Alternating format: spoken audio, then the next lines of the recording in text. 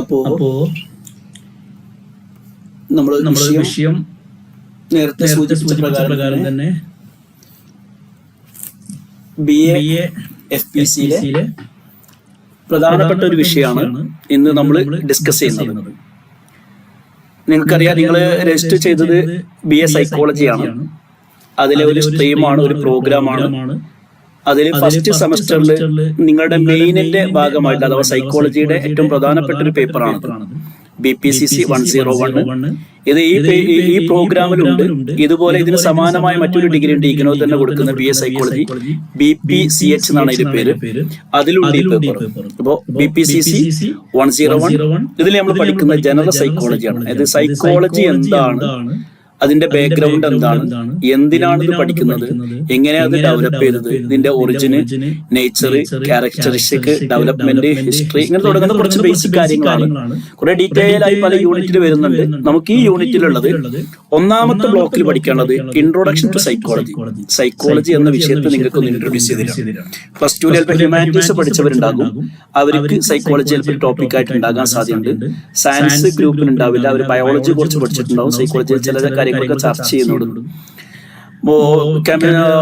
Commerce ചെയ്തവർക്ക് psychology പഠിക്കാനുണ്ടാവില്ല, ചിലപ്പോൾ ഒരു പക്ഷേ ഓപ്ഷനൊക്കെ ഉണ്ടാകാം. എന്നാലും സൈക്കോളജി ഒരു ടോപ്പിക് ആയിട്ട് നിങ്ങൾ പഠിക്കാൻ പോവുകയാണ്. അപ്പോൾ അതിൽ ഏറ്റവും പ്രധാനപ്പെട്ട പേപ്പറാണ് ഈ പറഞ്ഞ ജനറൽ സൈക്കോളജി എന്നുള്ളത്. ഇതിലെ ഒന്നാമത്തെ ബ്ലോക്ക് നേരത്തെ നിങ്ങൾ മനസ്സിലാക്കിയിട്ടുണ്ടാകും. ഇഗ്നോയുടെ മെറ്റീരിയലിന്റെ പ്രത്യേകത എന്ന് വെച്ചാൽ ഏത് മൊഡ്യൂളാണോ നമ്മൾ എടുക്കുന്നെങ്കിൽ അത് 3 or 4 ബ്ലോക്കായിട്ട് ഡിവൈഡ് ചെയ്തിട്ടുണ്ടാവും. ഇപ്പൊ ഇത് 4 ബ്ലോക്കാണ്.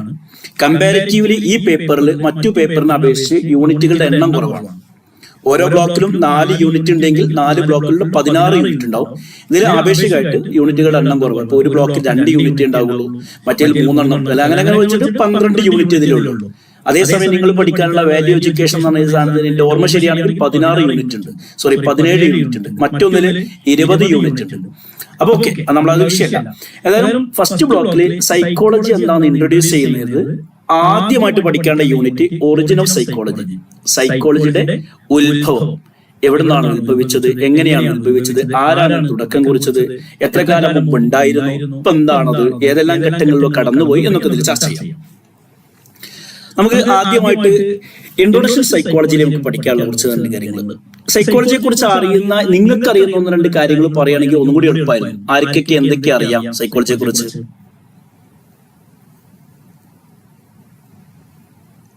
Psychology is a scientific study of human behavior and mental process.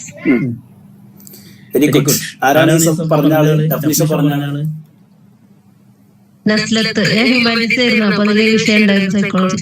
അപ്പൊ നിങ്ങൾ തന്നെ ക്ലാസ് എടുത്താൽ ഇനി കുട്ടികൾക്ക്. നസ്ല പറഞ്ഞത് മോഡേൺ ഡെഫിനിഷൻ ആണ് സൈക്കോളജിയുടെ. ഇപ്പോ നമ്മൾ സൈക്കോളജിക്ക് പറയുന്ന ഡെഫിനിഷൻ ആണ്, കറക്റ്റ് ആണോ?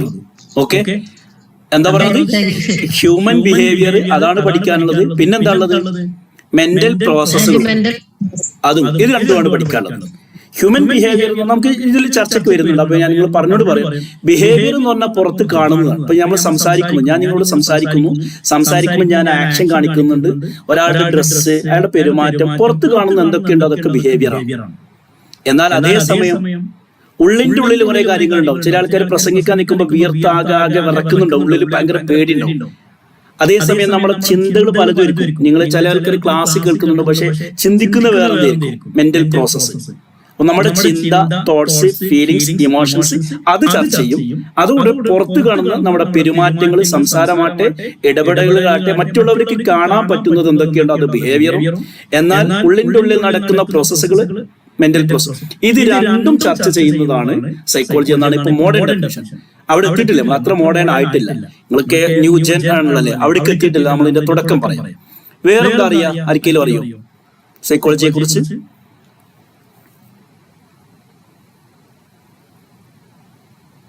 ഇല്ലെങ്കിൽ ഞാൻ പറയാം. സൈക്കോളജി എന്ന് പറഞ്ഞാൽ 2 വേർഡാണ്, സൈക്കി പ്ലസ് ലോഗോസ്. എന്താണ്? സൈക്കേ അല്ലെങ്കിൽ psyche, PSYCHE plus logo. Psyche എന്ന് പറഞ്ഞാൽ മനസ്സ് എന്നാണ്, മൈൻഡ് എന്നതാണ്. ലോഗോസ് എന്ന് പറഞ്ഞാൽ സ്റ്റഡി, സയന്റിഫിക് സ്റ്റഡി എന്നാണ്. അപ്പോ സൈക്കോളജിയുടെ ഡെഫിനേഷൻ എന്തായിരിക്കും? Scientific study about mind. ഇങ്ങനെ നമുക്ക് പറയാം. ഗ്രീക്ക് ലാറ്റിൻ വേർഡിലൊക്കെ പണ്ട് ഉപയോഗിച്ചിരുന്ന വാക്കാണ്. അതാണ് അവിടെ നിന്നാണ് ഇതിന്റെ ഉത്ഭവം. ഓക്കെ, അപ്പോ സയന്റിഫിക് സ്റ്റഡി അബൌട്ട് മൈൻഡ് എന്നാണ് ഇതിന് നമുക്ക് പറയാൻ പറ്റുന്ന ഡെഫിനേഷൻ. അപ്പൊ അതിപ്പോ സ്വീകാര്യമല്ല.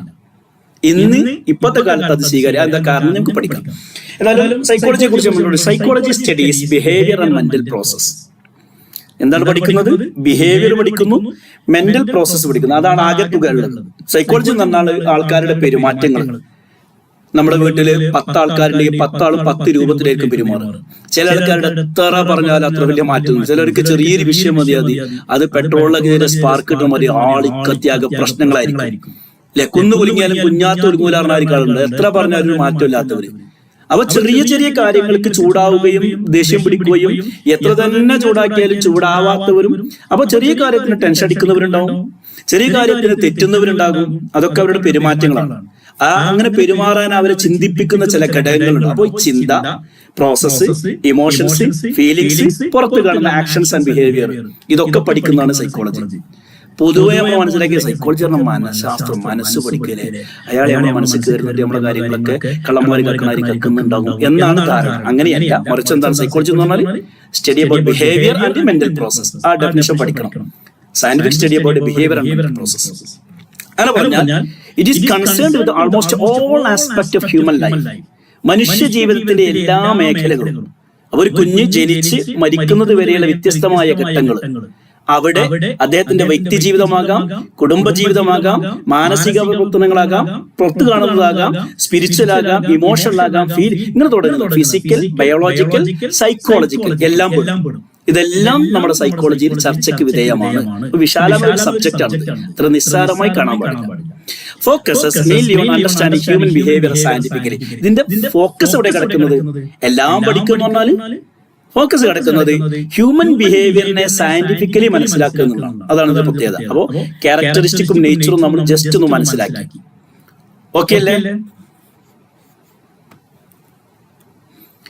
ഇനി സൈക്കോളജിയെ കുറിച്ച് പൊതുവെ കുറച്ച് തെറ്റിദ്ധാരണകളുണ്ട്. പലവർക്കും ഒരു ധാരണ. എന്തൊക്കെയാണ് തെറ്റിദ്ധാരണ? എന്തായിരിക്കും നിങ്ങൾ മനസ്സിലാക്കിയിരുന്നത്, അല്ലെങ്കിൽ പൊതുവെ ജനങ്ങൾ മനസ്സിലാക്കിയ തെറ്റിദ്ധാരണകൾ എന്താണെന്ന് അറിയോ?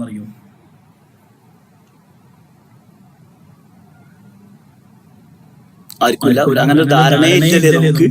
പറഞ്ഞോളൂ. ആർക്കെങ്കിലും അങ്ങനെ തെറ്റിദ്ധാരണ ഉണ്ടോ? അല്ലെങ്കിൽ നമ്മുടെ അയൽവാസി, നമ്മളൊപ്പം പഠിച്ചാക്ക് എന്റെ വീട്ടിലൊരാൾക്ക് തെറ്റിദ്ധാരണ ഉണ്ട് എന്ന് പറഞ്ഞിട്ട് അതിനെന്തെങ്കിലും പറയാനുണ്ടോ?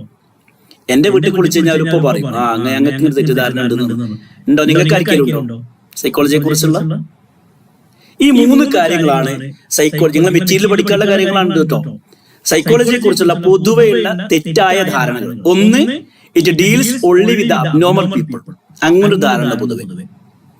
മാനസിക രോഗങ്ങളുള്ളവരെ ചികിത്സിക്കാൻ, അവരെ പ്രശ്നങ്ങൾ ചർച്ച ചെയ്യാൻ, അവരുടെ കാര്യങ്ങൾ നോക്കുന്നതല്ല സൈക്കോളജി. പിന്നെ എന്തിനാ നമുക്ക് കുഴപ്പമൊന്നുമില്ലല്ലോ, എനിക്ക് പ്രശ്നമൊന്നുമില്ല, എന്റെ മക്കൾക്കും പ്രശ്നം, പിന്നെ എന്തിനാ സൈക്കോളജി പഠിക്കണം? അത് മാനസിക രോഗികളെ കൈകാര്യം ചെയ്യാനുള്ള സാധനമാണ്, അല്ലാതെ നോർമൽ എന്നൊരു ധാരണ ഉണ്ട്. അങ്ങനെയല്ല സൈക്കോളജി. മനസ്സിലായോ? അങ്ങനെ ധാരണ ആരെങ്കിലും വെച്ച് പുലർത്തുന്നെങ്കിൽ തെറ്റാണ്. അപ്പൊ മാനസിക രോഗങ്ങൾ മാത്രമല്ല അത് പഠിക്കാനുള്ളതാണ് എന്നൊരു ധാരണ അല്ല. ഓൺലി വിത്ത് അബ്നോർമൽ പീപ്പിൾ, അത് ശരിയല്ല. രണ്ടാമത്തെ എന്താണ്? സൈക്കോളജിസ്റ്റ് എന്ന് പറഞ്ഞാല് മനുഷ്യന്റെ മനസ്സൊക്കെ വായിക്കാൻ പറ്റും. നമ്മൾ ഇങ്ങനെ നോക്കിയിട്ട് പുസ്തകത്തിൽ നോക്കുന്നവര്, സ്ക്രീനിൽ നോക്കുന്നവര്, ടി വിയിൽ നോക്കി കാര്യം മനസ്സിലാക്കണം. ഒരാളെ കാണുമ്പോഴൊക്കെ അതിന്റെ ഉള്ളിൽ അയാൾ എന്ത് ചിന്തിക്കുന്നു, അയാൾ എന്ത് വിചാരിക്കുന്നു, അയാൾ എന്താ പറയാൻ പോകുന്നത്, നാളെ അയാൾ എന്തൊക്കെ ചെയ്യും, ഇന്നലെ അയാൾ എന്ത് ചെയ്തിരുന്നു എന്നൊക്കെ പഠിക്കാൻ പറ്റുന്ന ഒരു ധാരണ പലർക്കുണ്ട്. അയാൾ സൈക്കോളജിസ്റ്റ് എന്നൊരു ധാരണ. അത് ശരി. അപ്പൊ എന്താണ്? ഒന്ന്, അബ്നോർമൽ പീപ്പിളിനെ മാത്രം കൈകാര്യം ചെയ്യുന്നു എന്നത് തെറ്റാണ്. അതുപോലെ മനുഷ്യന്റെ ഉള്ളിലുള്ള ചിന്തകളും വ്യവഹാരങ്ങളും ആലോചനകളും ഇതിനുള്ളിലൊക്കെ ചോർന്നെടുക്കാനും കുഴിന്നെടുക്കാനുള്ള കഴിവ് അവർക്ക് കിട്ടുന്നത് അതും തെറ്റാണ്. അങ്ങനെയില്ല. പിന്നെ മറ്റൊന്നാണ് psychologist are same as astrologers, palmist, ഇങ്ങനെ ധാരണയുണ്ട്. പലർക്കും ഈ ആസ്ട്രോളജി എന്നൊക്കെ പറയില്ലേ, ഹിന്ദു മിത്തോളജിയിലൊക്കെ കാണാറുണ്ട്. പണ്ട് അറബ്സിനൊക്കെ ഉണ്ടായിരുന്നു. ഇന്ന നക്ഷത്രം ഉദിച്ചു കഴിഞ്ഞാൽ ഇപ്പോഴും പറയാറുണ്ട് സുഹൈൽ എന്ന നക്ഷത്രം. സുഹൈൽ നക്ഷത്രം വന്നാൽ മഴ പെയ്യും, അല്ലെങ്കിൽ കാറ്റടിക്കുമ്പോൾ വെയിൽ വരും എന്നൊക്കെ പറഞ്ഞ ധാരണ എപ്പോഴും ഉണ്ട് അവർക്ക്. യൂറോപ്യൻസിന്റെ ആ സമയത്ത് പത്രത്തിൽ യൂറോപ്യൻസിന്റെ യുഎയിലൊക്കെ വരാറുണ്ട്, നമ്മൾ ഖത്തറിലും വരാറുണ്ട്. സുഹൈൽ നക്ഷത്രം പ്രത്യക്ഷപ്പെട്ടു, ഇനി കാറ്റടിക്കാൻ സാധ്യതയുണ്ട്. പണ്ട് അറബികൾക്കൊക്കെ ഒരു പ്രത്യേകത ഉണ്ടായിരുന്നു. ചില നക്ഷത്രങ്ങൾ ഇന്ന നക്ഷത്രമുള്ള സമയത്താണ് ജനിച്ചത്, അതുകൊണ്ട് ഇങ്ങനെ പ്രശ്നം ഉണ്ടാവും. ഹിന്ദു മിത്തോളജിയിൽ ഇപ്പോഴും ഉണ്ടെന്ന് തോന്നുന്നു. ഹോറോസ്കോപ്പ് എന്നൊക്കെ പറയും. സൈക്കോളജിക്കാരും അങ്ങനെ തന്നെയാണ് എന്നൊരു ധാരണ. അതായത് നക്ഷത്രവാരഫലം നോക്കുന്ന, നക്ഷത്രങ്ങളുടെ ചലനങ്ങൾ നോക്കിയിട്ട് മനുഷ്യന്റെ സ്വഭാവം പെരുമാറും. കല്യാണത്തിൽ പോലും അത് നോക്കാറുണ്ടെന്ന് തോന്നുന്നു. അത് നമ്മൾ അറബി ഇസ്ലാമിക് കോൺസെപ്റ്റിൽ കുഫു ഒക്കെ എന്ന് പറയും. കല്യാണം കഴിക്കുമ്പോൾ ആണും പെണ്ണും ആ രണ്ട് വീട്ടുകാർ തമ്മിൽ അവരെ മതപരമായിട്ടോ വിശ്വാസപരമായിട്ട് സാമ്പത്തികമായിട്ട് ഇങ്ങനെ കുറെ കാര്യങ്ങൾ നോക്കാനുണ്ടല്ലോ. ഇതൊക്കെ ഒത്തുവരണം. ഇതേ പ്രകാരം മറ്റു മതക്കാർ പലവരും പല മാനദണ്ഡങ്ങൾ നോക്കുന്നത്. ഏതായിരുന്നാലും ആസ്ട്രോളജിസ്റ്റിന്റെ പോലെയാണ് സൈക്കോളജിസ്റ്റ് എന്നൊരു ധാരണ ഉണ്ട്. അങ്ങനെയല്ല. അതുപോലെ പാമിസ്റ്റ് എന്റെയൊക്കെ ചെറുപ്പത്തിൽ കണ്ടിരുന്നു, ഇപ്പം കണ്ടിട്ടില്ല. അത് കൈ നോക്കുന്ന ആൾക്ക്, ഹസ്തരേഖ നോക്കുന്ന ഒരു തത്തമ്മയുമായിട്ട് ഒരു പെട്ടിയിലാക്കി കൊണ്ടുവന്ന് കുറെ ചീട്ടുകൾ ഇട്ടിട്ട് തത്തമ്മ ഒന്ന് കൊത്തിയെടുക്കും. എന്നിട്ട് അതിനെ കുറിച്ച് ഇങ്ങനെ പറയും. ആ കൊത്തിയെടുത്ത ഷീറ്റിൽ എന്താണെന്നുണ്ടെങ്കിൽ അതനുസരിച്ച് ഇയാളെ കുറിച്ച് ഇങ്ങനെ പറയും. ആ വീട്ടുകാരെ കുറിച്ച്, ഉമ്മാനെ കുറിച്ച്, വാപ്പാനെ കുറിച്ച്, മക്കളെ കുറിച്ചൊക്കെ പറയും. ഇതേ പ്രകാരം സൈക്കോളജി എന്നൊരു ധാരണ ഉണ്ട്. അതുമല്ല. അപ്പോ കൈനോട്ടക്കാര് അവരെ പോലെയാണ്, എന്തൊക്കെയോ പറയുന്ന രേഖകൾ നോക്കി പറയുന്നവരാണ് സൈക്കോളജിസ്റ്റ് എന്ന ധാരണ തെറ്റാണ്. ആസ്ട്രോളജിസ്റ്റിനെ പോലെ തെറ്റാണ്. പിന്നെ ന്യൂമറിക്ക് ചൈനക്കാർക്കൊക്കെ ഉണ്ട് ചില നമ്പറിൽ വിശ്വാസം. ചൈനയിലെ ചില നമ്പറുകൾ 8, അവര് വണ്ടിയുടെ ബോർഡൊക്കെ എടുക്കുമ്പോൾ നമ്പർ പ്ലേറ്റ് ഒക്കെ എടുക്കുമ്പോൾ 8 എടുക്കും. കാരണം എഴുതി അവസാനം മേലോട്ടാ വരുന്നത്. മേലോട്ട് വരുന്ന സാധനങ്ങളൊക്കെ ഭയങ്കര പുണ്യമുള്ളതും സാമ്പത്തിക വളർച്ച ഉണ്ടാകുന്നതും ഉന്മേഷം ഉണ്ടാകുന്നൊക്കെ ഒരു ധാരണ അവർക്കുണ്ട്. അമേരിക്കക്കാർക്കുണ്ട് ചില നമ്പർ. അവർ ഹോട്ടലിലൊക്കെ നമ്പർ ഇടുന്ന സമയത്ത് ചില നമ്പർ ഒഴിവാക്കും. ഏതാ നമ്പർ ഓർമ്മല്ല. അപ്പൊ ന്യൂമർ ചില നമ്പറുകൾ ആസ്ട്രോളജിസ്റ്റ് പാമിസ്റ്റുകളെ പോലെയുള്ള ചില ഒരു തരം ആൾക്കാരാണ് സൈക്കോളജിസ്റ്റ് എന്നൊരു ധാരണ. അത് മൂന്നും തെറ്റാണ്. അപ്പൊ എന്താണ്? ഒന്ന്, സൈക്കോളജി എന്ന് പറഞ്ഞാൽ അബ്നോർമൽ ബിഹേവിയർ, അബ്നോർമൽ പീപ്പിളെ കൈകാര്യം ചെയ്യാനും പഠിക്കാനുള്ള ധാരണ, it is wrong. Second one എന്താണ്? ഇവര് മൈൻഡ് റീഡ് ചെയ്യുന്നു. മറ്റൊരാളുടെ മനസ്സ് അയാൾ അറിയാതെ വായിച്ചെടുക്കുന്നു. അയാളുടെ മനസ്സിലുള്ള ചിന്തകളൊക്കെ ഊഹിക്കാനും മനസ്സിലാക്കാനും ചിന്തിക്കാനും കൺട്രോൾ ചെയ്യാൻ പോലും കഴിയുമെന്നൊരു ധാരണ ഉണ്ട്. അതും തെറ്റാണ്. അതുപോലെ ഇവര് പാമിസ്റ്റുകളെ പോലെ, ആസ്ട്രോളജിസ്റ്റിനെ പോലെ, ന്യൂമറീഷ്യനിസ്റ്റിനെ പോലെയാണ് എന്നൊരു ധാരണ, അതും തെറ്റാണ്. ഇത് സൈക്കോളജിയിൽ പൊതുവെയുള്ള തെറ്റായ ധാരണകളാണ്. പലപ്പോഴും പാരഗ്രാഫ് ക്വസ്റ്റ്യനിൽ വരാൻ സാധ്യതയുള്ളതാണ്. ഓർത്തിരിക്കുക. അടുത്തത് പിന്നെ സൈക്കോളജി പഠിക്കുമ്പോൾ മറ്റൊരു കാര്യം, ഒരു ടെർമിനോളജിയാണ്. നിങ്ങൾ മനസ്സിലാക്കേണ്ട ഒരു കോൺസെപ്റ്റ് ആണെന്ത്? Pseudo psychology. സ്യൂഡോ സൈക്കോളജി പറയുമ്പോൾ തണുത്ത സൈക്കോളജി അപ്പുറം ഉണ്ടെന്നാണ്. ചൂടുള്ള സൈക്കോളജി, തണുത്ത അങ്ങനെയാണോ? എന്താണ് സ്യൂഡോ സൈക്കോളജി കൊണ്ട് മനസ്സിലാക്കിയത്? നിങ്ങൾക്ക് മനസ്സിലാകുന്നത് എന്താണ്? നിങ്ങളുടെ ധാരണ എന്താ സ്യൂഡോ സൈക്കോളജി പറഞ്ഞാൽ എന്തായിരിക്കും? ആർക്കെങ്കിലും അറിയോ?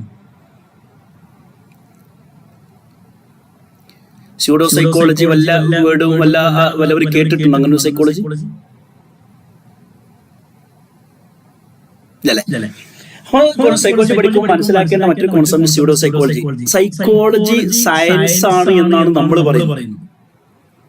സൈക്കോളജി പഠിക്കുന്ന നമ്മൾ ഇറ്റ് ഈസ് എ സയൻസ് എന്ന് നമ്മൾ പറയും. അതോടുകൂടെ നമ്മൾ പറയും ഇറ്റ്സ് എൻ ആർട്ട്. ഇതൊരു ആർട്ടാണ്, ഒരു കലയാണ്. ഇത് സയൻസ് ആണ്. ഇന്ന രീതികളൊക്കെ ഫോളോ ചെയ്യുന്നതുകൊണ്ട് സയൻസ് ആണെങ്കിൽ പ്രത്യേക മെത്തേഡുകൾ ഉപയോഗിക്കണം. സിസ്റ്റമാറ്റിക് സ്റ്റഡി ഉണ്ടായിരിക്കണം, ഒബ്സർവേഷൻ ഉണ്ടായിരിക്കും, എക്സ്പെരിമെന്റേഷൻ ഉണ്ടായിരിക്കണം. അതൊരു പാറ്റേൺ ഫോളോ ചെയ്താലേ സയൻസ് എന്ന് പറയും. അതേ പ്രകാരം ഇതിലൂടെ പഠിച്ചെടുക്കുന്ന കാര്യങ്ങൾ വെച്ചുകൊണ്ട് മനുഷ്യന്റെ പ്രശ്നങ്ങൾ പരിഹരിക്കാൻ പറ്റുകയും ക്രിയേറ്റീവായി സൊല്യൂഷൻ കണ്ടെത്താനും പറ്റുന്ന രീതിയിലുള്ളതാണെങ്കിൽ ആർട്ട് എന്ന് പറയുന്നത്. അപ്പോ എന്താ പറയാ, ജോഗ്രഫി ഒരു ആർട്ടാണ്, അല്ലെങ്കിൽ ബയോളജി ഒരു ആർട്ടാണ് എന്ന് പറഞ്ഞ പോലെ സയൻസ് ഒരു ആർട്ടാണ്. ഫിസിക്സ് ഒരു സയൻസ് ആണ്, അതുപോലെ ഹിസ്റ്ററി ഒരു ആർട്ടാണ് എന്ന് പറയുന്ന പോലെ psychology it is A science, at the same time is an art. അതെങ്ങനെ നമ്മൾ പഠിക്കുന്നത്. എന്നാൽ സയന്റിഫിക് മെത്തേഡ് ഒന്നും ഉപയോഗിക്കാത്ത ചില സൈക്കോളജി ചില ആൾക്കാരുണ്ട്. അതിനെയാണ് നമ്മൾ സ്യൂഡോ സൈക്കോളജി എന്ന് ഉദ്ദേശിക്കുന്നത്. ഇപ്പൊ നിങ്ങൾ കേട്ടിട്ടുണ്ട് NLP എന്ന് പറഞ്ഞ സാധനം കേട്ടിട്ടുണ്ടോ? NLP ബിസിനസ് മേഖലയിലും ട്രെയിനിങ് മേഖലയിലൊക്കെ നല്ല ഉപയോഗിക്കുന്ന സാധനമാണ് NLP, ന്യൂറോ ലിംഗ്വിസ്റ്റിക് പ്രോഗ്രാം. ആരെങ്കിലും കേട്ടിട്ടുണ്ടോ? യെസ്, NLP ഒരു സ്യൂഡോ സയൻസ് ആണ്, അല്ലെങ്കിൽ സ്യൂഡോ സൈക്കോളജി എന്ന് പറയുന്നത്. അതൊരു ഇപ്പൊ TA എന്ന് പറഞ്ഞ സാധനം, TA കേട്ടിട്ടുണ്ടോ? ട്രാൻസാക്ഷൻ അനാലിസിസ്, എറിക് ബേണിന്റെ. അതൊരു സൈക്കോളജിയുടെ ടോപ്പിക്കാണ്. പക്ഷെ ഇപ്പോഴും ഒരു എന്താ പറയാ, ഒരു നാഷണൽ ലെവലോ ഇന്റർനാഷണൽ ലെവലിലോ സൈക്കോളജി മെറ്റീരിയലും വരുന്നില്ല. പക്ഷെ വളരെ വിശദമായി പഠിക്കുകയും നമ്മുടെ വ്യവഹാരങ്ങളെ കൺട്രോൾ ചെയ്യുകയും മാനേജ് ചെയ്യാനും പറ്റുന്ന ഒരു സയൻസ് ഇതാണ്. അതിനെ നമുക്ക് സ്യൂഡോ സയൻസ് പറയാം, സ്യൂഡോ സൈക്കോളജി എന്ന് പറയാം. അതല്ലെങ്കിൽ ഇപ്പൊ ഹിപ്നോട്ടിസം, ഹിപ്നോതെറാപ്പി. ഹിപ്നോട്ടിസം കേട്ടിട്ടുണ്ടോ?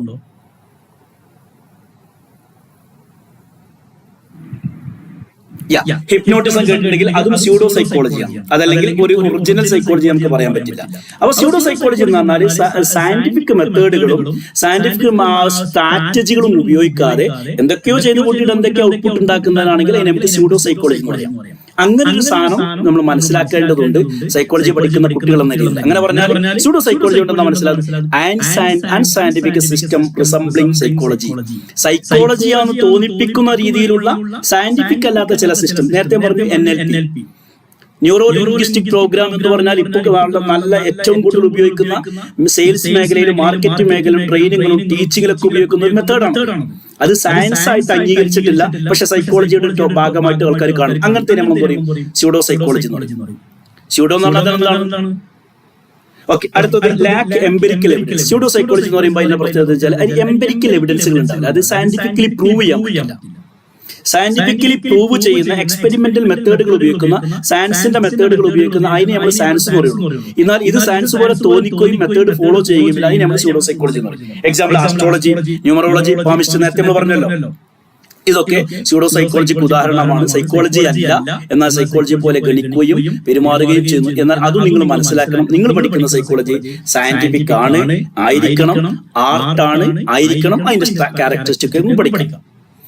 ഇനി അപ്പോൾ സൈക്കോളജി എന്താണെന്ന് ജസ്റ്റ് നമ്മൾ മനസ്സിലാക്കി. അത് രണ്ട് വേർഡാണ്, സൈക്ക് പ്ലസ് ലോഗോസ് എന്നുള്ളതും ഇങ്ങനെയൊക്കെ കാര്യങ്ങൾ മനസ്സിലാക്കി അല്ലെ. മനുഷ്യന്റെ പെരുമാറ്റങ്ങളും ഇന്റേണൽ പ്രോസസ്സും എക്സ്റ്റേണൽ പ്രോസസ്സും എല്ലാം മനസ്സിലാക്കുന്ന ഒരു പ്രത്യേക കോംപ്രഹെൻസീവ് ആയ ഒരു സയൻസ് ആണ് നമ്മൾ മനസ്സിലാക്കി.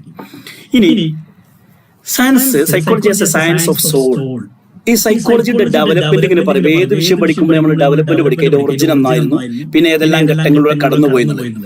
ആദ്യകാലത്ത് അല്ലെങ്കിൽ സൈക്കോളജിയുടെ ഉത്ഭവം ശരിക്കും ഒരു ഫിലോസഫി എന്നാണ്. അപ്പൊ സയൻസിന്റെ ഒക്കെ തുടക്കം കാര്യമായിട്ട് ഫിലോസഫിയാണ്. പണ്ടുണ്ടായ കാര്യമായിട്ട് അതാണ് ഫിലോസഫിയാണ്. ഫിലോസഫി എന്ന് പറയുമ്പോൾ ഊഹങ്ങളും ചോദ്യങ്ങളും പിന്നെയും ചോദ്യാതെന്താ അങ്ങനെ ഇത് ഇങ്ങനെ കൂടെ അങ്ങനെ ചോദ്യങ്ങൾ ചോദിച്ചിട്ട് കൂടുതൽ ചിന്തിക്കുകയും ഉത്തരങ്ങൾ കണ്ടെത്തുകയും ഉത്തരം മുട്ടിക്കുകയും ചെയ്യുന്ന ഒരു പ്രത്യേക ശാസ്ത്രം എന്ന് മനസ്സിലാക്കിയത്. അത്ര മനസ്സിലാക്കിയത് ഇപ്പം അതിന്റെ ഒരു ഭാഗമായിരുന്നു സൈക്കോളജി. അതായത് എന്ന് നമ്മൾ ഫിസിക്സ്, കെമിസ്ട്രി, ബയോളജി എന്നൊക്കെ പറയുന്ന പോലെയുള്ള ഒരു സംഭവമല്ല, മറിച്ച് പണ്ട്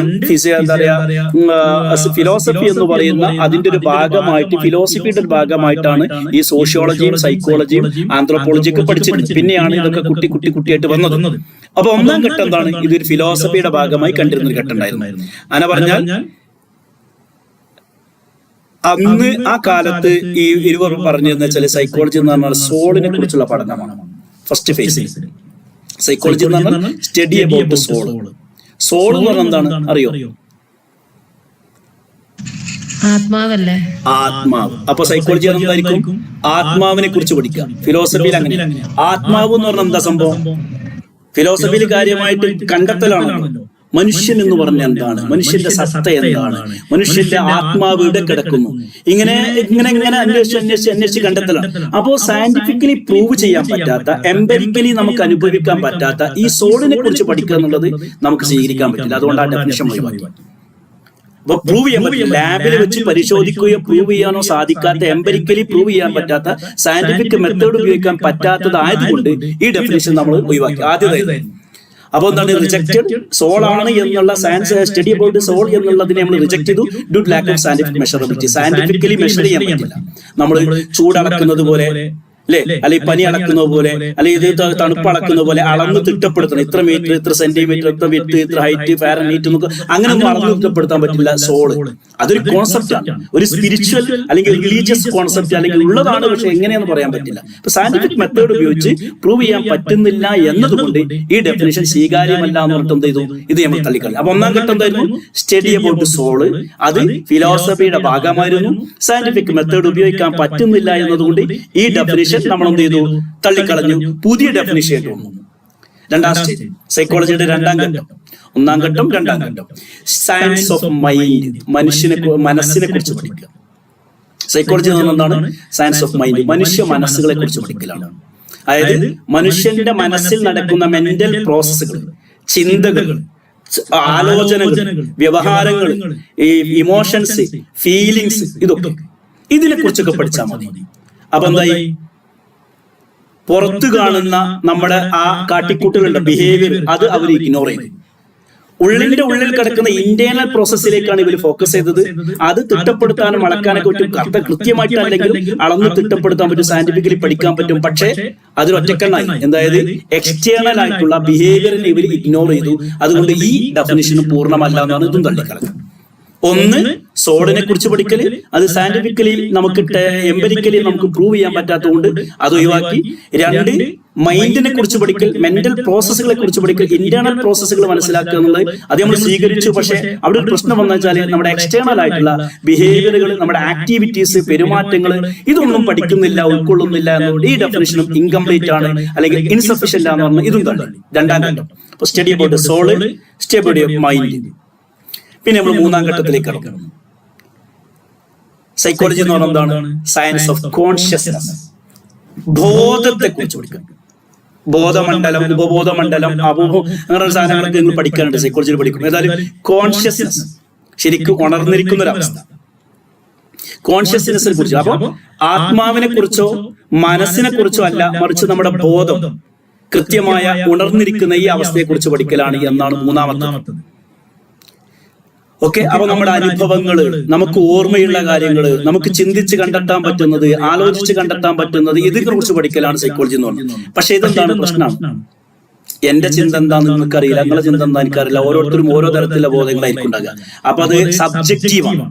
മാത്രമല്ല കോൺഷ്യസിനെ കുറിച്ച് പഠിക്കുക അറിയുമ്പോൾ അതിനേക്കാൾ വളരെ പ്രധാനപ്പെട്ട നമ്മളിൽ ഏറ്റവും കൂടുതൽ കിടക്കുന്ന അൺകോൺഷ്യസ് എന്ന സാധനമാണ്. അതിനെ ഇഗ്നോർ ചെയ്യും. അപ്പൊ ഇതും കംപ്ലീറ്റ് ആയിട്ടില്ല.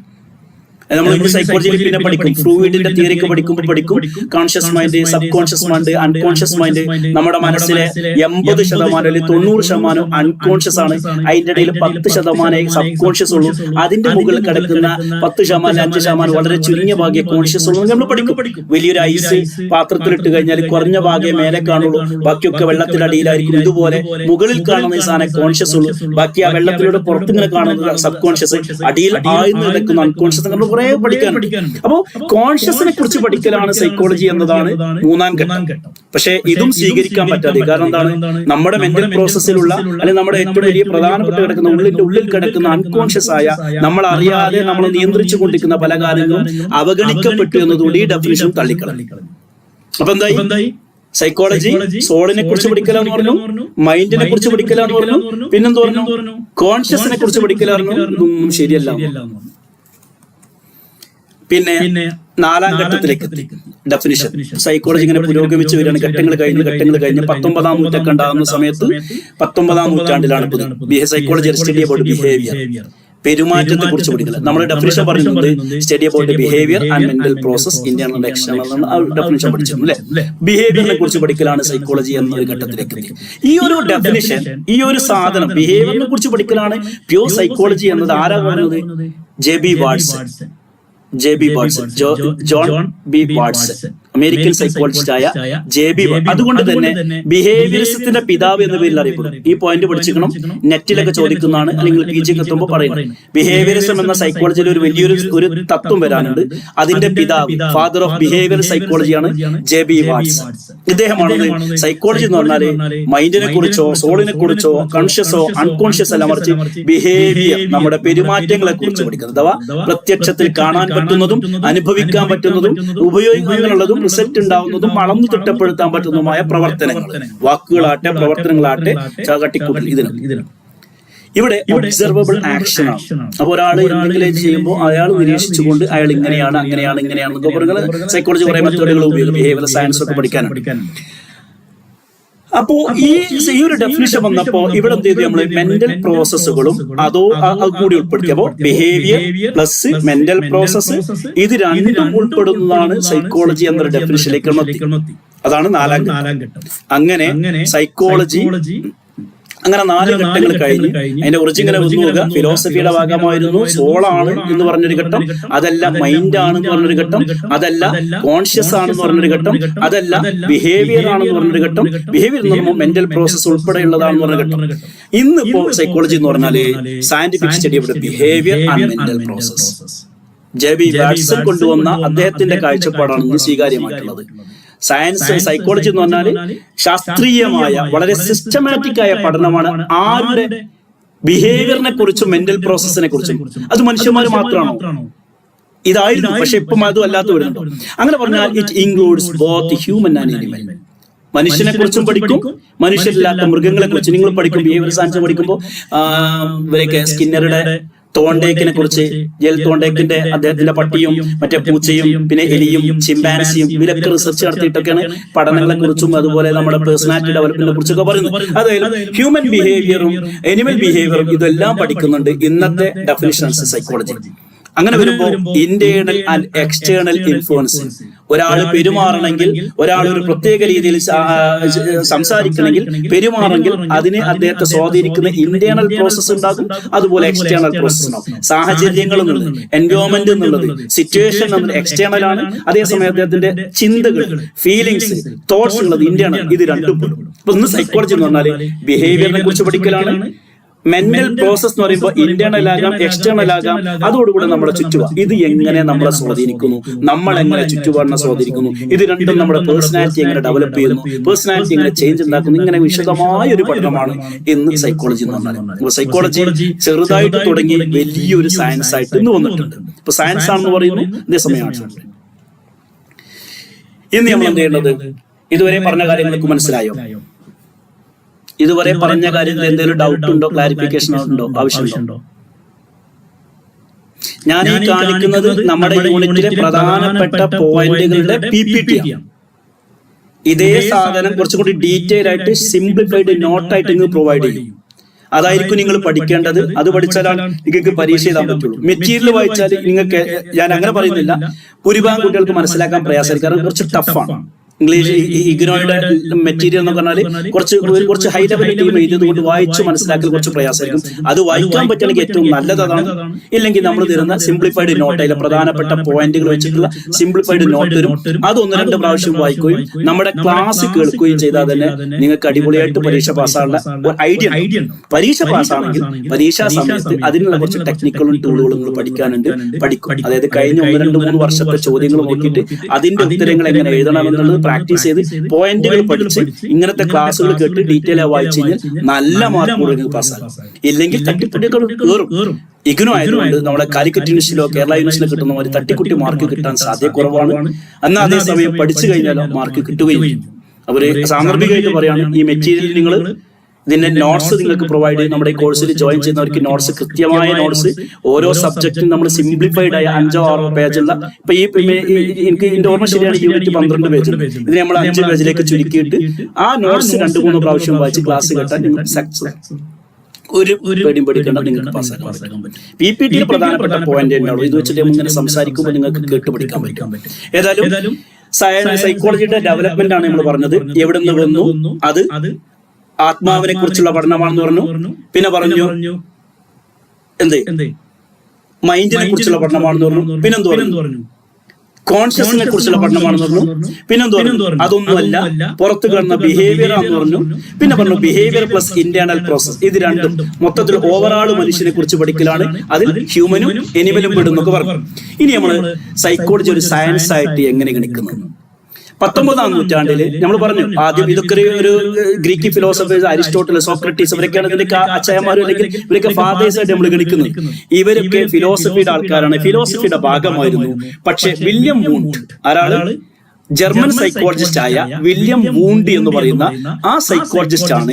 അദ്ദേഹം ഒരു ഡോക്ടറാണ്, ഭയങ്കര പ്രാക്ടീസ് ചെയ്യുന്ന ആളാണ്, അതോടുകൂടെ സൈക്കോളജിസ്റ്റാണ്. അപ്പൊ 19ാം നൂറ്റാണ്ടിൽ വരെ, 18ാം നൂറ്റാണ്ട് അവസാനം 19ാം തുടക്കത്തിലാണ് സൈക്കോളജി ഡെവലപ്പ് ചെയ്യുന്നത്, സൈക്കോളജി സയൻസ് ആയി ഡെവലപ്പ് ചെയ്യുന്നത്. പക്ഷെ 19ാം നൂറ്റാണ്ടിൽ വില്യം വൂണ്ടി എന്ന് പറയുന്ന ആള്, അതായത് 1879 19ന്റെ തുടക്കം, അതായത് 18ന്റെ അവസാന ഘട്ടങ്ങൾ, വില്യം വൂണ്ട് എന്ന് പറഞ്ഞ ഒരു സൈക്കോളജിസ്റ്റ് ആണ് ഈ ഫിലോസഫിയിൽ നിന്നും ഇതിനെ മാറ്റിയിട്ട് ഇതൊരു സെപ്പറേറ്റ് സയൻസ് ആക്കിയിട്ട് ഡെവലപ്പ് ചെയ്തത്. അതായത് അദ്ദേഹം ജർമ്മനിയിൽ റിസർച്ച് ചെയ്തുകൊണ്ടിരിക്കുന്ന സമയത്ത് അദ്ദേഹം ഒരു ലാബൊക്കെ എസ്റ്റാബ്ലിഷ് ചെയ്ത് ആ ലാബിലൂടെ കുറെ നിരീക്ഷണങ്ങളും പരീക്ഷണങ്ങളും നടത്തിയിട്ട് പുതിയ പുതിയ തിയറികളൊക്കെ കൊണ്ടുവന്നു. അതുകൊണ്ട് ഒരു എക്സ്പെരിമെന്റലി സയൻസിന് ഈ സൈക്കോളജിയെ എസ്റ്റാബ്ലിഷ് ചെയ്ത ഇദ്ദേഹം ആയതുകൊണ്ട് നമ്മൾ എന്താ പറയും, മോഡേൺ സൈക്കോളജിയുടെ പിതാവ് ഇദ്ദേഹം എന്ന് പറയും. അപ്പോ who is the father of modern psychology? William Wundt. 1879 1857 ഇന്ത്യയിലെ വിപ്ലവം നടക്കുന്നത് അല്ലെ. അത് കഴിഞ്ഞ ഒരു 10-20 വർഷക്കാവുന്ന സമയത്താണ് വില്യം വൂണ്ട് ഒരു പ്രത്യേക ലാബൊക്കെ ഉണ്ടാക്കി അതിൽ റിസർച്ചുകളൊക്കെ നടത്തിയിട്ട് ഒരു നമ്മളെ കെമിസ്ട്രി ഒക്കെ നടത്തുന്ന പോലെ, അല്ലെങ്കിൽ ഫിസിക്സ് ഒക്കെ നടത്തുന്ന പോലെ, ബയോളജിയിലൊക്കെ ചെയ്യുന്ന പോലെ സൈക്കോളജിയിലെ കുറെ എക്സ്പെരിമെന്റുകളൊക്കെ നടത്തിയിട്ട് അദ്ദേഹം കുറെ കാര്യങ്ങൾ കൊണ്ടുവരുന്നത്. അതുകൊണ്ട് he is considered the father of modern psychology. അപ്പോ ഇങ്ങനെ വന്ന് 1879 ഇതൊരു സയൻസ് ആയിട്ട് ഒരു പരിണാമം സിദ്ധിക്കുകയാണ് ചെയ്യുന്നത്. അപ്പോ മറക്കരുത് പേര്. JB വാട്സനെ നമ്മൾ പഠിച്ചു. ബിഹേവിയറിനെ കുറിച്ച് പഠിക്കലാണ് സൈക്കോളജി എന്ന് പറഞ്ഞു. അതുകൊണ്ട് അദ്ദേഹത്തെ ബിഹേവിയറൽ സൈക്കോളജിയുടെ പിതാവ് എന്ന പേരിൽ അറിയപ്പെടുന്നു. വില്യം വൂണ്ട് എന്ന് പറയുന്ന അദ്ദേഹമാണ് സൈക്കോളജിക്ക് വേണ്ടിയിട്ട് ഒരു റിസർച്ച് സെന്ററും അല്ലെങ്കിൽ ഒരു ലാബൊക്കെ വെച്ചിട്ട് വലിയ എക്സ്പെരിമെന്റ് ഒക്കെ നടത്തിയത്. അതുകൊണ്ട് മോഡേൺ സൈക്കോളജിയുടെ പിതാവ് എന്ന പേരിൽ അറിയപ്പെടുന്നു. എന്നാൽ സൈക്കോളജിയുടെ പിതാവ് നമ്മൾ നേരത്തെ പറഞ്ഞിരുന്ന ആരാണ്? സിഗ്മണ്ട് ഫ്രോയിഡ് എന്ന പേരിൽ അറിയപ്പെടുന്നു. കാരണം അദ്ദേഹം കുറെ കോൺസെപ്റ്റുകളുണ്ട്. നിങ്ങൾ PG ഡീറ്റെയിൽ ആയി പഠിക്കും. അത് ഭയങ്കര സംഭവമാണ്. അപ്പൊ വില്യം വൂണ്ട് ആണ് മോഡേൺ സൈക്കോളജി. ചുരുക്കി പറഞ്ഞ സൈക്കോളജി എന്ന് പറഞ്ഞാൽ റോബർട്ട് വുഡ്വർത്ത് എന്ന ആള് സൈക്കോളജി ഇങ്ങനെ പറയുന്നത്, first psychology lost its soul, ആദ്യം അതിന്റെ ആത്മാവ് നഷ്ടപ്പെട്ടു. then it lost its mind, പിന്നെ അതിന്റെ മനസ്സും പോയി. then it lost its conscious, പിന്നെ ബോധവും പോയി. ആത്മാവില്ലാത്ത, മനസ്സില്ലാത്ത, ബോധമില്ലാത്ത എങ്കിലും സ്റ്റിൽ ഹാസ് ബിഹേവിയർ, പെരുമാറ്റങ്ങളുണ്ട്. അതായത് ആത്മാവിനെ കുറിച്ച് പഠിക്കലാണ്, മനസ്സിനെ കുറിച്ച് പഠിക്കലാണ്, ബോധത്തെ കുറിച്ച് പഠിക്കലാണ്. അതൊന്നും അല്ലാതെ പെരുമാറ്റം of a soul. Today we generally define psychology as the scientific study of behavior and mental process. നല്ല ഓർത്തു വെക്കാൻ പറ്റുന്ന സാധനമാണ്. ഇന്ന് സൈക്കോളജി എന്ന് പറഞ്ഞാൽ എങ്ങനെ മനസ്സിലാക്കേണ്ടതാണ്? Study of behaviour and mental process, മാനസിക വ്യവഹാരങ്ങളും പെരുമാറ്റവും ഇതിനെക്കുറിച്ച് സയന്റിഫിക്കായി പഠിക്കലാണ് സൈക്കോളജി എന്ന് പറഞ്ഞാൽ. അപ്പൊ ഇതിന്റെ ഒറിജിനാണ് നമ്മൾ പഠിച്ചുകൊണ്ടിരിക്കുന്നത്. നമ്മുടെ യൂണിറ്റിന്റെ പേര് ഒറിജിൻ ഓഫ് സൈക്കോളജിയാണ്. ഈ ബിഹേവിയറിനെ കുറിച്ച് പഠിക്കുന്നത് എന്താ? ഈ ബിഹേവിയർ എന്തായിരിക്കും? ബിഹേവിയർ എന്ന് പറഞ്ഞാൽ ആർക്കെങ്കിലും പറയാം എന്താണ് ബിഹേവിയർ? നിങ്ങൾ മനസ്സിലാക്കി എന്താണ്?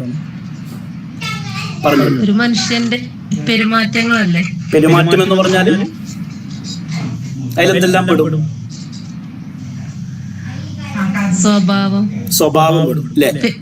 പറഞ്ഞോളൂ. ശീലങ്ങൾ പെടും. ഓക്കെ. ഇപ്പൊ ഈ ക്ലാസ്സിൽ ഞാൻ കാണുന്ന ഒരു 7-8 ആൾക്കാരുണ്ട്. ചോദ്യങ്ങൾ ചോദിക്കുമ്പോൾ ഒരാൾ മറുപടി പറയുന്നുണ്ട് അല്ലെ?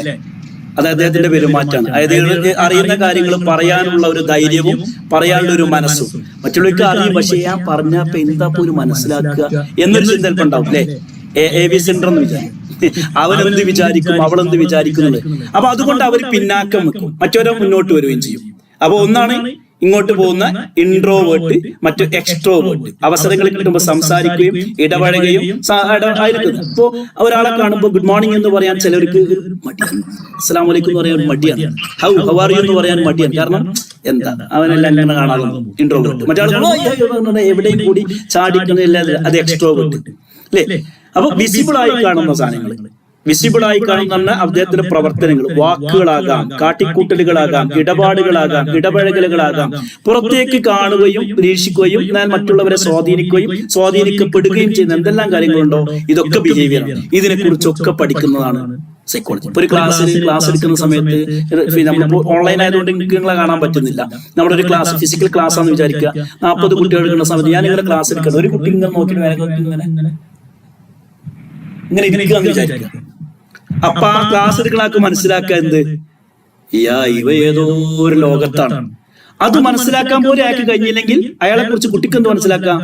ഇയാൾ ഏതോ ഒരു അന്തംഗമ്യാണ് അല്ലേ? അപ്പൊ അവന്റെ ബിഹേവിയർ ആണ്. ചില കുട്ടികളുടെ അങ്ങോട്ട് തോണ്ടിയിട്ട് ഇങ്ങോട്ട് തോണ്ടിയിട്ട് ഒതുങ്ങി നിൽക്കാൻ അവർക്ക് കഴിയില്ല. ചില കുട്ടികൾ അങ്ങനെയല്ലേ, അവർ ഭയങ്കര പൊട്ടിത്തെറിയാണ്. തപ്പിൽ എലിയാടി അവർ കടക്കട ഭയങ്കര ശല്യം. ചിലവരോ എവിടെ കൊണ്ടിട്ട് അതേമാതിരി തേങ്ങട്ട വരി അവിടെ പിന്നെ അളകില്ല, അവിടെ കിടക്കണം. അപ്പൊ ചില ആൾക്കാർ ഒതുങ്ങിയിട്ടാണ്, ചിലവര് ഭയങ്കര പൊട്ടിത്തെറിച്ചിട്ടാണ്, ചിലവർ ചെറിയൊരു വിഷയം വരുമ്പോൾ ഭയങ്കര പ്രശ്നമായിരിക്കും. ചിലവർ ഇങ്ങനെ അറിയാൻ നമുക്കാണ്. ഇതൊക്കെ ബിഹേവിയറിന്റെ ഭാഗമാണ്. ബിഹേവിയർ എന്ന് പറഞ്ഞാൽ it includes all observable and measurable action. നിരീക്ഷിക്കാനും അളന്നു തിട്ടപ്പെടുത്താനും പറ്റുന്നത്. അളന്നു തിട്ടപ്പെടുത്തുക പറഞ്ഞാൽ ചൂടാവുമ്പോൾ നമുക്ക് അളന്നൂടെ? വെള്ളം ചൂടാക്കി കഴിഞ്ഞാൽ എത്ര ഡിഗ്രി സെൽഷ്യസ് ആണ്? അതേപോലെ മനുഷ്യന്റെ ചൂട് അളക്കാൻ പറ്റും, മനുഷ്യന്റെ ബുദ്ധി അളക്കാൻ പറ്റും, മനുഷ്യന്റെ മോട്ടിവേഷൻ അളക്കാൻ പറ്റും, ഇൻട്രസ്റ്റ് അളക്കാൻ പറ്റും. ഇങ്ങനെ പലതും അളന്നെടുക്കാൻ പറ്റും. ഇതിനൊക്കെ ശാസ്ത്രീയമായ ടൂളുകളുണ്ട്. PG ലെവലിൽ എത്തുന്ന സമയത്ത് ആ വിഷയങ്ങളൊക്കെ പഠിക്കാം. അതായത് ഒബ്സർവബിൾ ആയ മെഷറബിൾ ആയ ആക്ഷൻ എന്തൊക്കെയുണ്ടോ അതിനൊക്കെ ബിഹേവിയർ എന്ന് പറയും. ഇത് ഒവേർട്ട് ഉണ്ടാകാം, കവേർട്ട് ഉണ്ടാകാം. എന്തൊക്കെ? Overt and covert. ഒവേർട്ട് എന്ന് പറഞ്ഞാൽ വിസിബിൾ ആക്ഷൻസ്. ഇപ്പൊ ഞാൻ ക്ലാസ് എടുക്കുമ്പോൾ കണ്ടില്ലേ, കയ്യും കാലൊക്കെ ആട്ടിയിട്ട് ഒച്ചയും പുളിയൊക്കെ ഉണ്ടാക്കുന്നത്, ഇത് ഒവേർട്ടാണ്. എന്നാൽ അതേസമയം ക്ലാസ് റൂമിന്റെ ഉള്ളിൽ ചെറിയ മിസ്റ്റേക്ക് എന്തെങ്കിലും കുഴപ്പമുണ്ട് കുട്ടികളെ ചോദ്യങ്ങൾ ചോദിച്ചാൽ പടക്കലൊക്കെ ഉണ്ടാവില്ലേ, കവേർട്ട് ബിഹേവിയർ ഉള്ളിന്റെ ഉള്ളിൽ നടക്കുന്നത്. നിങ്ങൾ ഒരു മത്സരത്തിൽ പങ്കെടുക്കുന്ന ആൾക്കാരാണെന്ന് വിചാരിക്കുക. നിങ്ങൾ ഒരു പ്രസംഗ മത്സരമുണ്ട്, അല്ലെങ്കിൽ പാട്ട് മത്സരമുണ്ട്, പെർഫോം ചെയ്യാൻ വേണ്ടി നിൽക്കുക. പേര് വിളിക്കുമ്പോഴേക്ക് റബ്ബി ആലോചിച്ചു കൂടെ നമുക്കില്ലേ, വരാൻ കഴിയില്ല, എണീറ്റാണ് പൊന്തൂല, ഇനി വന്നാൽ അതിനെ കാലെടുത്തു വെക്കാൻ കഴിയില്ല, സ്റ്റേജൊക്കെ എത്തിക്കഴിഞ്ഞാൽ ആകെ എന്തൊക്കെയോ ആകും, തലയിൽ കൂടെ എന്തൊക്കെയോ വരും. ഇതൊക്കെ ഉള്ളിൽ നടക്കുന്നത്, ഇതൊക്കെ കവേർട്ട് ബിഹേവിയർ ആണ്.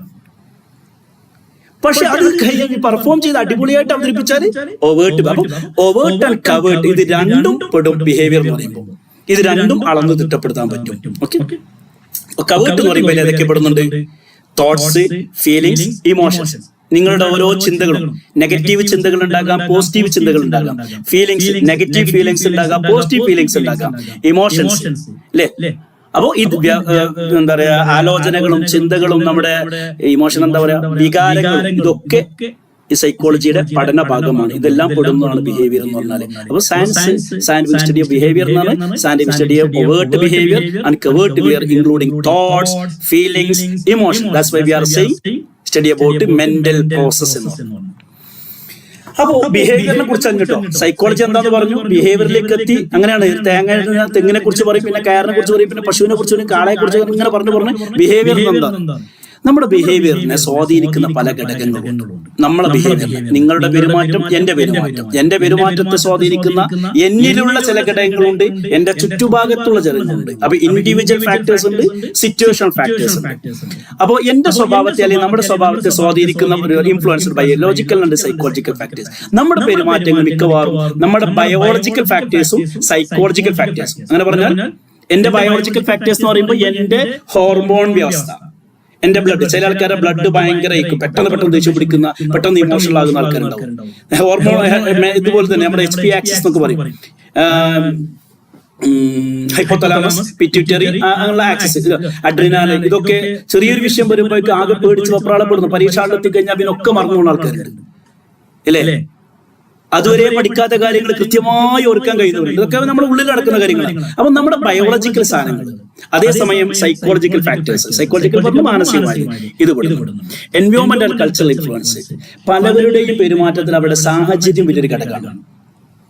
അതുപോലെ തന്നെ കൾച്ചറൽ ഇൻഫ്ലുവൻസ്. നമ്മൾ ഏത് സമൂഹത്തിൽ വളരുന്നു, ഏത് കൾച്ചർ വളരുന്നു. ഇന്ത്യക്കാരനായതുകൊണ്ട് നമ്മുടെ സ്വഭാവത്തിൽ, നമ്മുടെ പെരുമാറ്റത്തിൽ ഇന്ത്യൻ കൾച്ചർ കാണാം.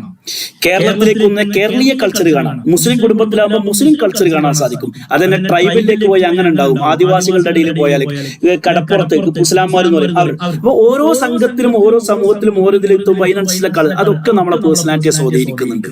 നമ്മുടെ പേഴ്സണാലിറ്റി അതിനെ സ്വാധീനിക്കുന്നുണ്ട്.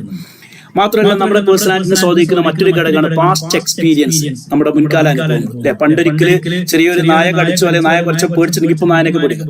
കൂറയെ പേടിക്കുന്നവരുണ്ട്. കൂറ ഒന്നും ചെയ്യൂല, പക്ഷെ കൂറ കണ്ടു കഴിഞ്ഞാൽ അട്ടഹസിക്ക് വെച്ചുള്ള കൂറ ഒന്നും കഴിഞ്ഞാൽ പിന്നെ ആ ബാത്റൂമിലേക്ക് പോകില്ല, അടുക്കളയ്ക്ക് പോകില്ല. അങ്ങനത്തെ ആൾക്കാർ കൂറ ഒന്നും ചെയ്തിട്ടില്ല, ഒരു ധാരണയാണ്. അത് അവരുടെ പഴയ എക്സ്പീരിയൻസ് ആണ് അല്ലെ. പണ്ട് ഏതോ ഒരു പരീക്ഷയ്ക്ക് തോറ്റു, അതിന്റെ പേരിൽ ഇനി പരീക്ഷ ചെയ്താൽ റെഡിയല്ല. പണ്ട് ഒരു ബൈക്കുമെന്ന് വീണ് പല്ലോ കാലോ മുറിവായിട്ടുണ്ട്, പിന്നെ ബൈക്കുമൊക്കെ കയറില്ല. ഇങ്ങനെ പലരും. അപ്പൊ നമ്മുടെ എക്സ്പീരിയൻസ് നമ്മളെ സ്വാധീനിക്കുന്നുണ്ട്. അതുപോലെ തന്നെ നമ്മുടെ കൾച്ചറൽ ഇൻഫ്ലുവൻസ്. പിന്നെ അതുപോലെ തന്നെ മോട്ടിവേഷൻസ്. മോട്ടിവേഷൻ എന്ന് പറഞ്ഞാൽ ഇപ്പോ നിങ്ങൾ എല്ലാവരും പ്ലസ് ടു കഴിഞ്ഞവരാണോ, അതോ ഡിഗ്രി പണ്ട് കഴിഞ്ഞവരാരെങ്കിലും ഉണ്ടോ?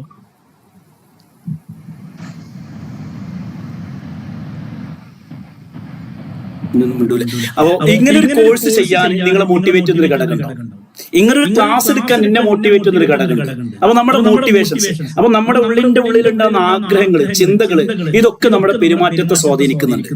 കൊഗ്നിറ്റീവ് എലമെന്റ്സ്, നമ്മുടെ ചിന്തകൾ, നമ്മുടെ ആലോചനകളും നമ്മുടെ ചിന്തകളും. കൊഗ്നിറ്റീവ് പ്രോസസ് നിങ്ങൾ PG സൈക്കോളജിയിൽ പേപ്പർ തന്നെ പഠിക്കാണ്ട് കൊഗ്നിറ്റീവ് സൈക്കോളജി, നമ്മുടെ ചിന്തകളും ആലോചനകളും മെമ്മറിയും ബ്രെയിനിന്റെ പ്രവർത്തനങ്ങളൊക്കെ. അപ്പൊ ഇതൊക്കെ നമ്മുടെ പ്രവർത്തനങ്ങളെ, ബിഹേവിയറിനെ സ്വാധീനിക്കുന്നുണ്ട്. ഈ ബിഹേവിയറിനെ കുറിച്ച് പഠിക്കലാണ് സൈക്കോളജി. അങ്ങനെ പറഞ്ഞാൽ ഇതൊക്കെ സൈക്കോളജിയുടെ ഭാഗമായിരിക്കും. പിന്നെ ബിഹേവിയറിന്റെ മറ്റൊരു പ്രത്യേകത, ബിഹേവിയർ എന്ന സാധനം വലിയ സംഭവം കേട്ടോ. 5 രൂപ കൊടുത്താൽ കിട്ടുന്നവരുടെ കാര്യമില്ല, ഭയങ്കര സംഭവമാണ്. PG എക്സാം ഒന്നെങ്കിൽ അസൈൻമെന്റ് ചോദിക്കും, അല്ലെങ്കിൽ എസ്സേക്ക് വരും. അതിന്റെ പ്രത്യേകതയാണ് അത് കോംപ്ലക്സ്, സങ്കീർണമാണ്. അതായത് നമ്മുടെ ഓരോരുത്തരുടെയും പെരുമാറ്റങ്ങള്, ഒരു വീട്ടിലെ 10 മക്കള് അല്ലെങ്കിൽ 11 മക്കള് അല്ലെങ്കിൽ ഒരു 2 മക്കള് രണ്ട് പോലെ കാരണം ഒരു ബന്ധം ഉണ്ടാവില്ല. ഒരാൾ രാത്രി മറ്റൊരു പകൽ, സ്വഭാവത്തിലും പെരുമാറ്റത്തിലും വർത്തമാനത്തിലും ഇമോഷൻസിലും ഒക്കെ ഉണ്ടാവില്ലേ? ഒരു ഡ്രസ്സ് എടുക്കാൻ പോയി കഴിഞ്ഞാൽ തന്നെ രണ്ട് കുട്ടികളെ ഇരട്ടകളാണ് തന്നെ ഒരാൾക്ക് ഇഷ്ടപ്പെട്ട മറ്റാൾക്ക് ഇഷ്ടപ്പെട്ടോളന്നില്ല. ഇതേ രൂപത്തിലും അപ്പൊ നമ്മുടെ പെരുമാറ്റങ്ങൾ കോംപ്ലക്സ് ആണ്. അതായത് സിമ്പിൾ ആക്ഷൻ, റിഫ്ലക്ഷൻ, ഇതിലും വ്യത്യാസം. സിമ്പിൾ ആക്ഷനിലാട്ടെ ഇതില് നമ്മുടെ ഇമോഷൻസ് റിഫ്ലക്സിലൊക്കെ വ്യത്യാസമുണ്ട്. ചെറിയ ചെറിയ ഒന്ന് ഒരു പേന എടുക്കുന്നത്, പേന കൊണ്ട് വരയ്ക്കുന്നത്, ഒന്ന് നോക്കുന്നത്, ഒന്ന് നുള്ളുന്നത്, പിച്ചുന്നത്, ഇതിൽ പോലും എല്ലാവരും തുല്യരല്ല, വ്യത്യാസമുണ്ട്. ഞാൻ സ്കില്ല്, ഹാബിറ്റ്സ്, ഇങ്ങനെ വലിയ വലിയ കാര്യങ്ങൾ കുറച്ചുകൂടി പ്രാക്ടീസ് ചെയ്ത് വരേണ്ട കാര്യങ്ങൾ. ഇപ്പോ ഒന്നും നമ്മൾ പഠിക്കാതെ എങ്ങനെ നമ്മളെ ജന്മനാ ചെയ്യുന്ന കുറെ കാര്യങ്ങളാണ് നടത്തം, ഇരുത്തം, പിടുത്തം, ഇതൊക്കെ. ഇതിൽ നമ്മൾ വ്യത്യാസമുണ്ട്. ചിരിക്കൽ വ്യത്യാസമുണ്ട്, അല്ലെ? അടിക്കൽ വ്യത്യാസമുണ്ട്. എന്നാൽ സ്കിൽസ് പഠിച്ചെടുക്കുന്നു. സൈക്ലിംഗ് ഒരാൾക്ക് 2 ആഴ്ച കൊണ്ട് പഠിച്ചാൽ പറ്റും, 2-3 മാസങ്ങൾ പഠിച്ചാലും ശരിയല്ല, അതൊക്കെ മണിക്കൂർ കൊണ്ട് തന്നെ പഠിച്ചെടുക്കാൻ പറ്റും. ഇത് പഠിച്ച ശേഷമുള്ള അത് മറക്കുന്നോടത്ത് നീന്തല്, അതുപോലെ നമ്മുടെ ഹാബിറ്റ്, സൈക്ലിംഗ്, ഇതൊക്കെ typing speed, computer knowledge, maths പഠിക്കൽ, ഫിസിക്സ് പഠിക്കൽ, ഇങ്ങനെയുള്ള സാധനങ്ങൾ ഇതിൽ നമ്മൾ വ്യത്യാസമുണ്ട്. ഞാൻ കോംപ്ലക്സ് ബിഹേവിയർ പോയാൽ ഇപ്പോ ഫ്ലൈറ്റ് ഒരു പൈലറ്റ് ആയിട്ട് പഠിച്ച് അതൊരു ഫ്ലൈറ്റ് ഓടിക്കുക. ഇപ്പൊ ഈ ക്ലാസ് എടുക്കൽ തന്നെ സിസ്റ്റത്തിലേക്ക് നോക്കുന്നു, കുറെ കാര്യങ്ങൾ ആലോചിക്കുന്നു. ഇപ്പൊ ചില ആൾക്കാരുടെ ക്ലാസ് കേൾക്കുമ്പോൾ തന്നെ കുട്ടിക്ക് പാൽ എടുക്കുന്നുണ്ടാവും, അടുക്കളയിൽ ഉണ്ടാവും, ഇത് പല പരിപാടി ചെയ്യണം. അതൊക്കെ മാനേജ് ചെയ്യാൻ പറ്റും ചിലർക്ക്. പെണ്ണുങ്ങൾക്ക് പ്രത്യേകിച്ച് അല്ലേ, അതവിടെ ഓണാക്കിയിട്ടുണ്ടാകും. അടുക്കളയിലുള്ള എല്ലാ പണിയും ഒരു മാനേജ് കോംപ്ലക്സാ. ചില ആൾക്കാർക്ക് ഒന്ന് കിടന്നാ പിന്നെ ഒന്നും അവർ കഴിയില്ല. ഇപ്പൊ ഡ്രൈവ് ചെയ്യുമ്പോൾ ശ്രദ്ധിച്ചിട്ട് നിങ്ങള് ഡ്രൈവിംഗ് പഠിക്കുന്ന സമയത്ത് സ്റ്റിയറിംഗ് ഒന്നും പിടിച്ചിട്ട് ഇതെന്താ ശരിയാകാൻ നമുക്ക് ഭയങ്കര പിടുത്തേക്കാണ്. അത് പഠിച്ചൊരു ലൈസൻസ് ഒക്കെ കിട്ടി ഒരു 4-5 മാസങ്ങളുടെ എക്സ്പീരിയൻസ് ആയി കഴിഞ്ഞാൽ ഒരു വിരൽ കൊണ്ടൊക്കെ ഡ്രൈവ് ചെയ്യും, അല്ലേ? അപ്പൊ ആ സമയത്ത് ഗിയറും ആക്സിലും ക്ലച്ചും ഒക്കെ ഒരു പ്രശ്നമില്ല. അല്ലെങ്കിൽ ഒന്ന് പിടിച്ചാൽ ശരി, അത് പിടിച്ചാൽ ശരി, അങ്ങോട്ട് ശരിയല്ല.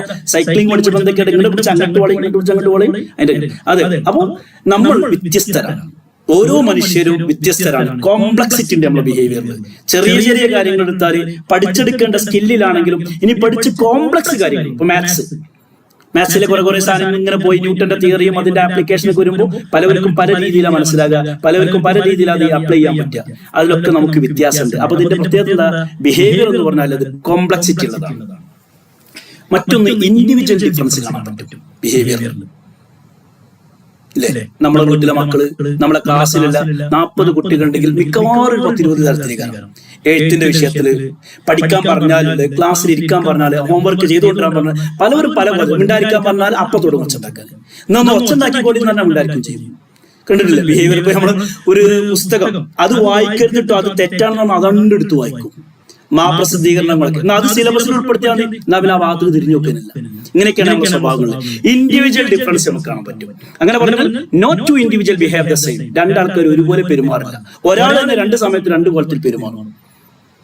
ഒരു വിഷയം വന്നു കഴിഞ്ഞാൽ, ആദ്യത്തെ തർക്കം വന്നു കഴിഞ്ഞാൽ വീട്ടിലെ മക്കൾ പല രൂപത്തിലേക്കാണ്. ചിലർ കത്തിയെടുക്കും, കൈക്കോട്ടെടുക്കും, വെടിവാൾ എടുത്തു, ഒരു തുണ്ട് ഭൂമിയല്ല അതുകൊണ്ട് കൊണ്ടേക്കോട്ടെ, അയാളെ പാടായി, അങ്ങനെ ചിന്തിക്കുന്നവരുണ്ടോ? അത് പാടില്ല, അങ്ങനെയാണ് ഇങ്ങനെയാണ് അതിന്റെ രൂപത്തിലാണ്. Difference due to experience and ability. കഴിവിന്റെ വിഷയത്തില് എക്സ്പീരിയൻസ്, ഒരു 10-20 വർഷത്തെ എക്സ്പീരിയൻസ് ഒരാൾക്ക് ടൈപ്പിംഗ് സ്പീഡ് ഒക്കെ ഭയങ്കരമായിരിക്കും, കമ്പ്യൂട്ടർ നോളജ് ഒക്കെ നല്ലോണ്ടായിരിക്കും, ആ ഒരു വ്യത്യാസം. ഇനി എബിലിറ്റി, ചിലർക്ക് ന്യൂമറിക്കൽ സ്കില്ല് കൂടുതലായിരിക്കും, ചിലർക്ക് വിഷ്വലൈസേഷൻ കപ്പാസിറ്റി കൂടുതലായിരിക്കും. നല്ല വിഷ്വലൈസേഷൻ കപ്പാസിറ്റി ഉള്ള ആൾക്ക് ഒരു മെസ്സേജ് പറഞ്ഞു കഴിഞ്ഞാൽ നല്ല അടിപൊളി ഫ്ലയർ ഉണ്ടാക്കും, നല്ല വീഡിയോ ഒക്കെ ഉണ്ടാക്കും. മറ്റാൾക്ക് എങ്ങനെ വരച്ചാലും എന്തേ കാരണം അതിന്റെ ക്രിയേറ്റിവിറ്റി കുറവായിരിക്കും. അപ്പൊ പലവർക്കും പല രീതിയാണ്. പിന്നെ റിയാക്ഷൻസ് ടു സെയിം സിറ്റുവേഷൻ. ഒരു സിറ്റുവേഷൻ വന്നു കഴിഞ്ഞാൽ പലവരും പല രീതിയിൽ പെരുമാറും. എക്സാമ്പിൾ എടുക്കുകയാണെങ്കിൽ പരീക്ഷ, +2 എക്സാം ഒക്കെ നടക്കില്ല. ഇപ്പൊ കെമിസ്ട്രിന്റെ പരീക്ഷ, ആ ക്വസ്റ്റ്യൻ പേപ്പർ കിട്ടിക്കഴിഞ്ഞാൽ ചിലവർ മൊത്തത്തിൽ ബൾബ് പീസായി ബ്ലാങ്ക് ആയി പോകും, ഒന്നും ഓർമ്മ ഉണ്ടാവില്ല.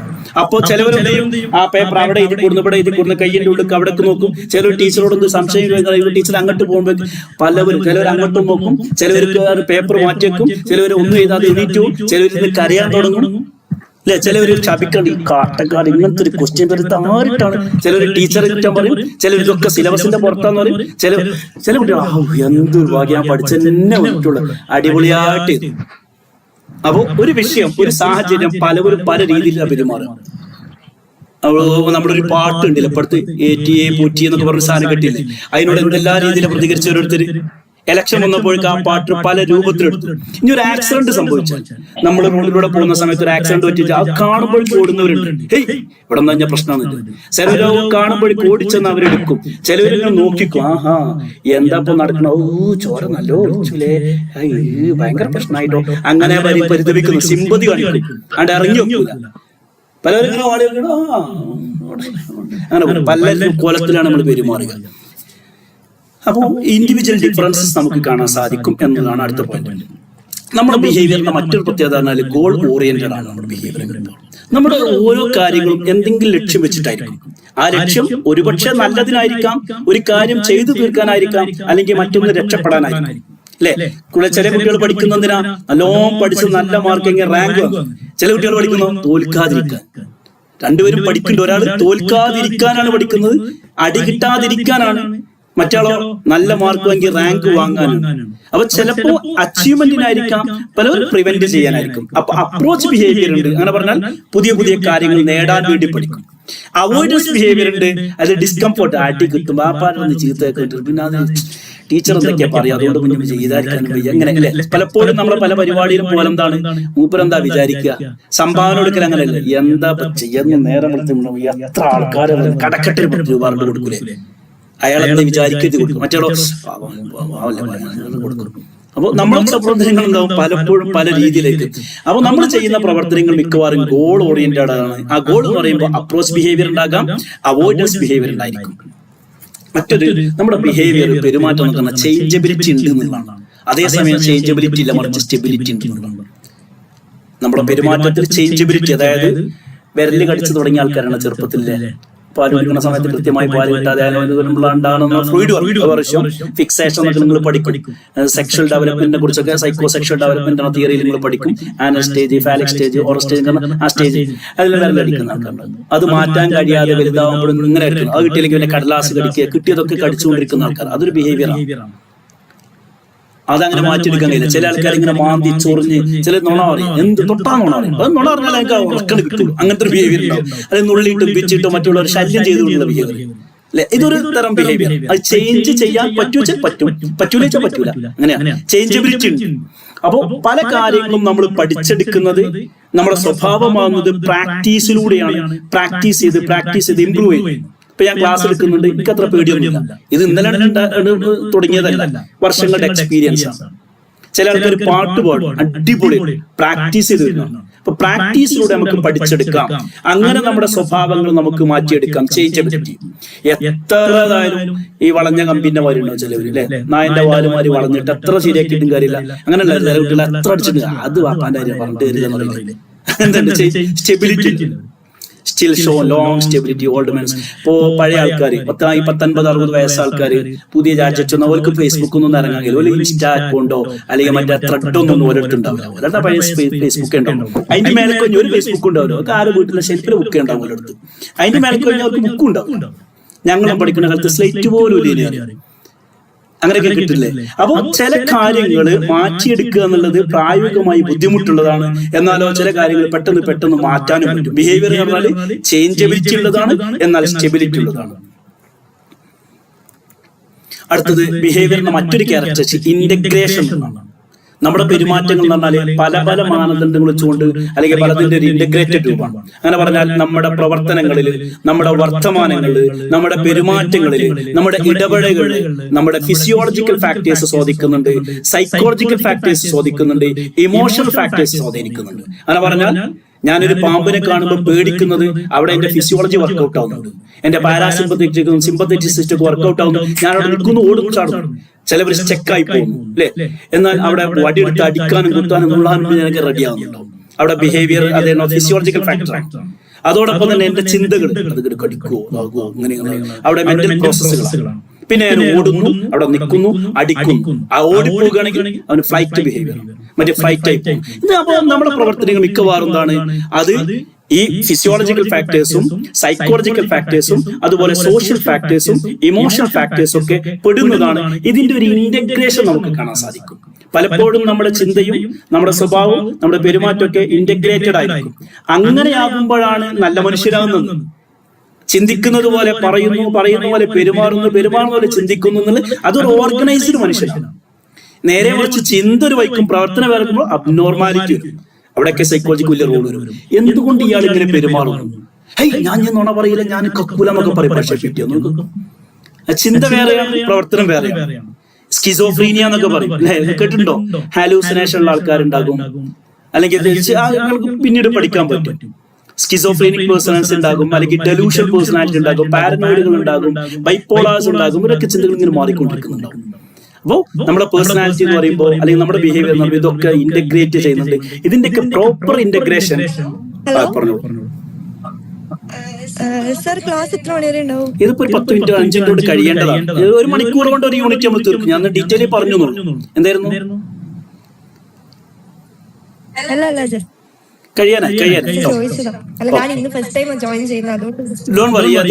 ഡെമോ ക്ലാസ് ആണ്. അതിന്റെ ബാക്കിയുള്ള കാര്യങ്ങൾക്ക് പേഴ്സണൽ ആയിട്ട് അല്ലെങ്കിൽ ഗ്രൂപ്പിലൂടെ ചോദിക്കാം കേട്ടോ. തുടങ്ങിയിട്ടുണ്ട്. ഏകദേശം ഒരു 1/2 മണിക്കൂർ 3/4 മണിക്കൂർ കഴിഞ്ഞു, സമയം കഴിഞ്ഞിട്ടുണ്ട്. ഇതിന്റെ റിക്കാർഡ് പ്രൊവൈഡ് ചെയ്യുന്നതായിരിക്കും. ഓക്കെ. അപ്പൊ പേഴ്സണാലിറ്റി എന്ന് പറഞ്ഞാൽ ഹയർ ഇന്റഗ്രേഷൻ. അപ്പൊ എത്രമാത്രം ഇന്റഗ്രേഷൻ ഉണ്ടോ അത്രയും ഇഫക്റ്റീവ് ആയിരിക്കും നമ്മുടെ ബിഹേവിയർ. എത്രമാത്രം, അഥവാ ചിന്തയെ കൺട്രോൾ ചെയ്യുകയും ആലോചിച്ച് ചിന്തിച്ച് അതിനനുസരിച്ച് പ്രത്യാഘാതങ്ങളൊക്കെ മനസ്സിലാക്കി പെരുമാറുന്ന ആൾക്കാരുണ്ടാവും. അത് ഭയങ്കരമാണ്. അതേസമയം ആലോചിച്ച് എന്ത് സംഭവിക്കുന്നു ആലോചിക്കാതെ ചെറിയ കുട്ടികളൊക്കെ പെരുമാറുക. പലപ്പോഴും നമ്മൾ അങ്ങനെ ഒന്നാണ് കിട്ടിയാൽ പിന്നെ എന്തിനാ കിട്ടിയത്, എങ്ങനെയാണ് ആൾ നോക്കൂല, കിട്ടുന്നതിന് മുമ്പ് തന്നെ അടിക്കും അല്ലെ. റിയാക്റ്റീവ് ബിഹേവിയർ ഉണ്ടാവും. അതേസമയം റെസ്പോൺസീവ് ഉണ്ടായിരിക്കും. നമ്മൾ പലപ്പോഴും റെസ്പോൺസ് ആണ് വേണ്ടത്. ഭർത്താവ് ഒരു കാര്യം പറയുമ്പോൾ ഭാര്യ അതെന്ന് ആലോചിക്കണം, എന്തിനാണ് അങ്ങനെ പറഞ്ഞത്, എന്തായാലും അങ്ങനെ ചൂടാല കാരണം എന്ന് ആലോചിച്ചിട്ട് റെസ്പോണ്ട് ചെയ്യുകയാണെങ്കിൽ വലിയ പ്രശ്നം ഉണ്ടാവില്ല. അതിന്റെ ആലോചിക്കുന്നതിന് മുമ്പ് നമ്മൾ റിയാക്ട് ചെയ്യും, അങ്ങനെ പ്രതികരിക്കും. അപ്പൊ ഇവിടുന്നു അങ്ങോട്ടും ഇങ്ങോട്ടും ഭയങ്കര ഫൈറ്റ്. പിന്നെ 1-ാം ലോകമായത് 2-ാം ലോകത്തും ഇങ്ങനെ സൈക്കോളജി ഡെവലപ്മെന്റ് പറഞ്ഞ കുടുംബത്തിൽ ഭയങ്കര ഡെവലപ്മെന്റ് ആയിരിക്കും. അത് റെസ്പോൺസ് ഇല്ലാതെ റിയാക്ട് ചെയ്യുന്നതുകൊണ്ടാണ്. ഇതൊക്കെ ഇന്റഗ്രേറ്റീവ് ബിഹേവിയർ നമ്മൾ പഠിക്കാം. അപ്പൊ സൈക്കോളജി എന്ന് പറഞ്ഞാൽ എന്താണെന്നുള്ളതും സൈക്കോളജിയുടെ കാഴ്ചപ്പാട് എവിടെയാണ് സൈക്കോളജി നോക്കുന്നൊക്കെ നമ്മൾ പറഞ്ഞു. അവസാനം പറഞ്ഞു ബിഹേവിയറിലേക്കാണ്. ബിഹേവിയർ എന്താ പറഞ്ഞു, അതിന്റെ ക്യാരക്ടറിസ്റ്റിക് മനസ്സിലാക്കി. ഇനി നമ്മൾ സൈക്കോളജി ഒരു സയൻസ് ആണോ അതല്ല ആർട്ടാണോ എന്നതിലേക്ക് പോകുന്നു. ഈ മെറ്റീരിയൽ ഈ യൂണിറ്റിലുള്ള ഭാഗങ്ങൾ ആസ് ഇറ്റ് ഈസ് അതിന്റെ ആ പാറ്റേൺ വെച്ച് പോകട്ടോ. ഇത് പെർഫെക്റ്റ് ആണല്ല, പക്ഷെ ആ യൂണിറ്റിലുള്ളത് കവർ ചെയ്യണം. മിക്കവാറും യൂണിറ്റിലെ ഭാഗങ്ങൾ ചോദിക്കുമ്പോൾ നിങ്ങൾക്ക് ഈ നോട്ട്സ് മതി. ഇത് PPT ആണ്, നോട്ട്സ് മതി. നോട്ട്സ് ഞാൻ പ്രൊവൈഡ് ചെയ്യും. സോറി. സൈക്കോളജി ഒരു സയൻസ് ആണോ അല്ലേ? കേട്ടില്ല, എന്താ പറഞ്ഞേ?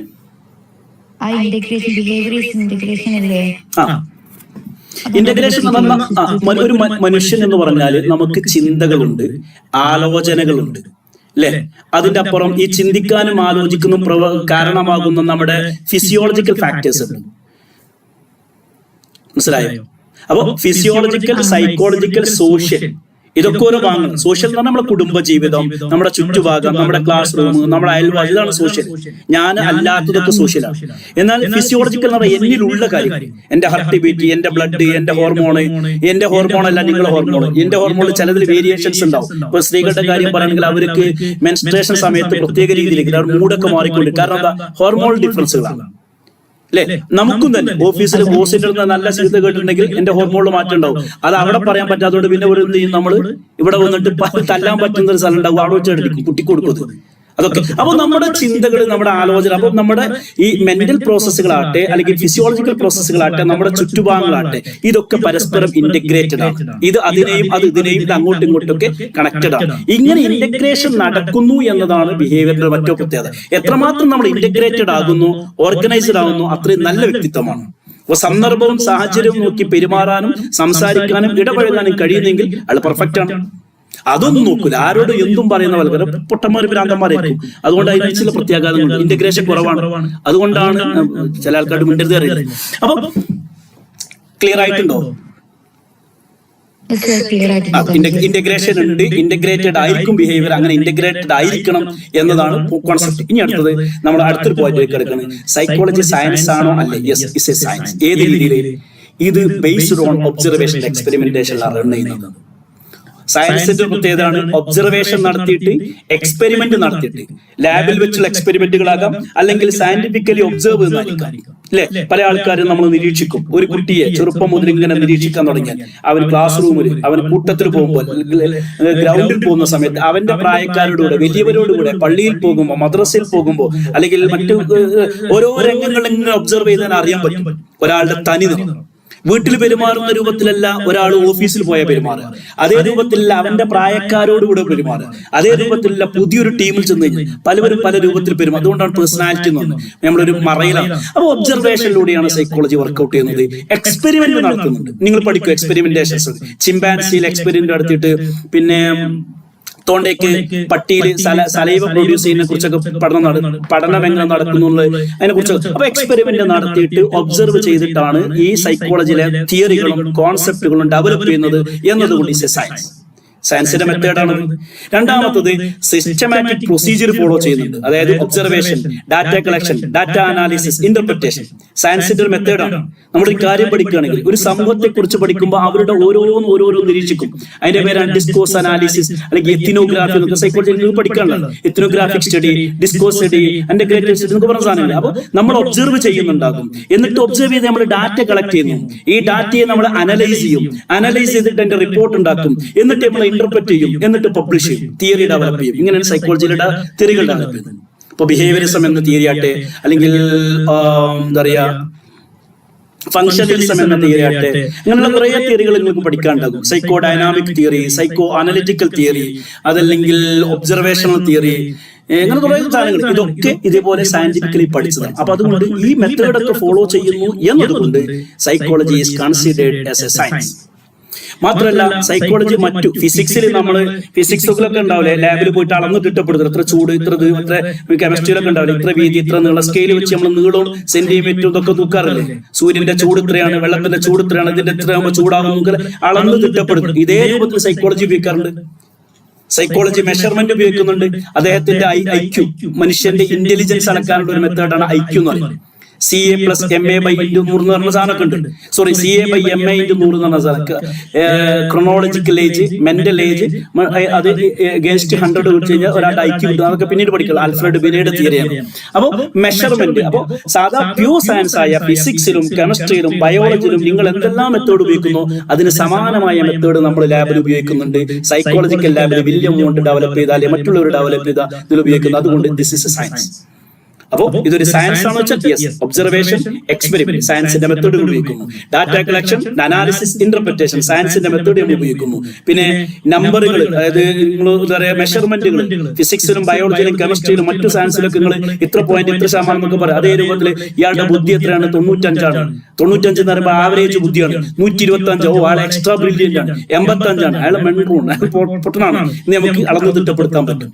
മോട്ടിവേഷൻ അളക്കാൻ പറ്റും, ഇൻട്രസ്റ്റ് അളക്കാൻ പറ്റും. ഇൻട്രസ്റ്റ് ഇൻവെന്ററി എന്ന് പറയും, മോട്ടിവേഷൻ ഇൻവെന്ററി എന്ന് പറയും. നമ്മുടെ ആറ്റിറ്റ്യൂഡ് അളക്കാൻ പറ്റും, നമ്മുടെ ആറ്റിറ്റ്യൂഡ് അളക്കാൻ പറ്റും. ഇങ്ങനെ പലതും നടന്നുണ്ട്.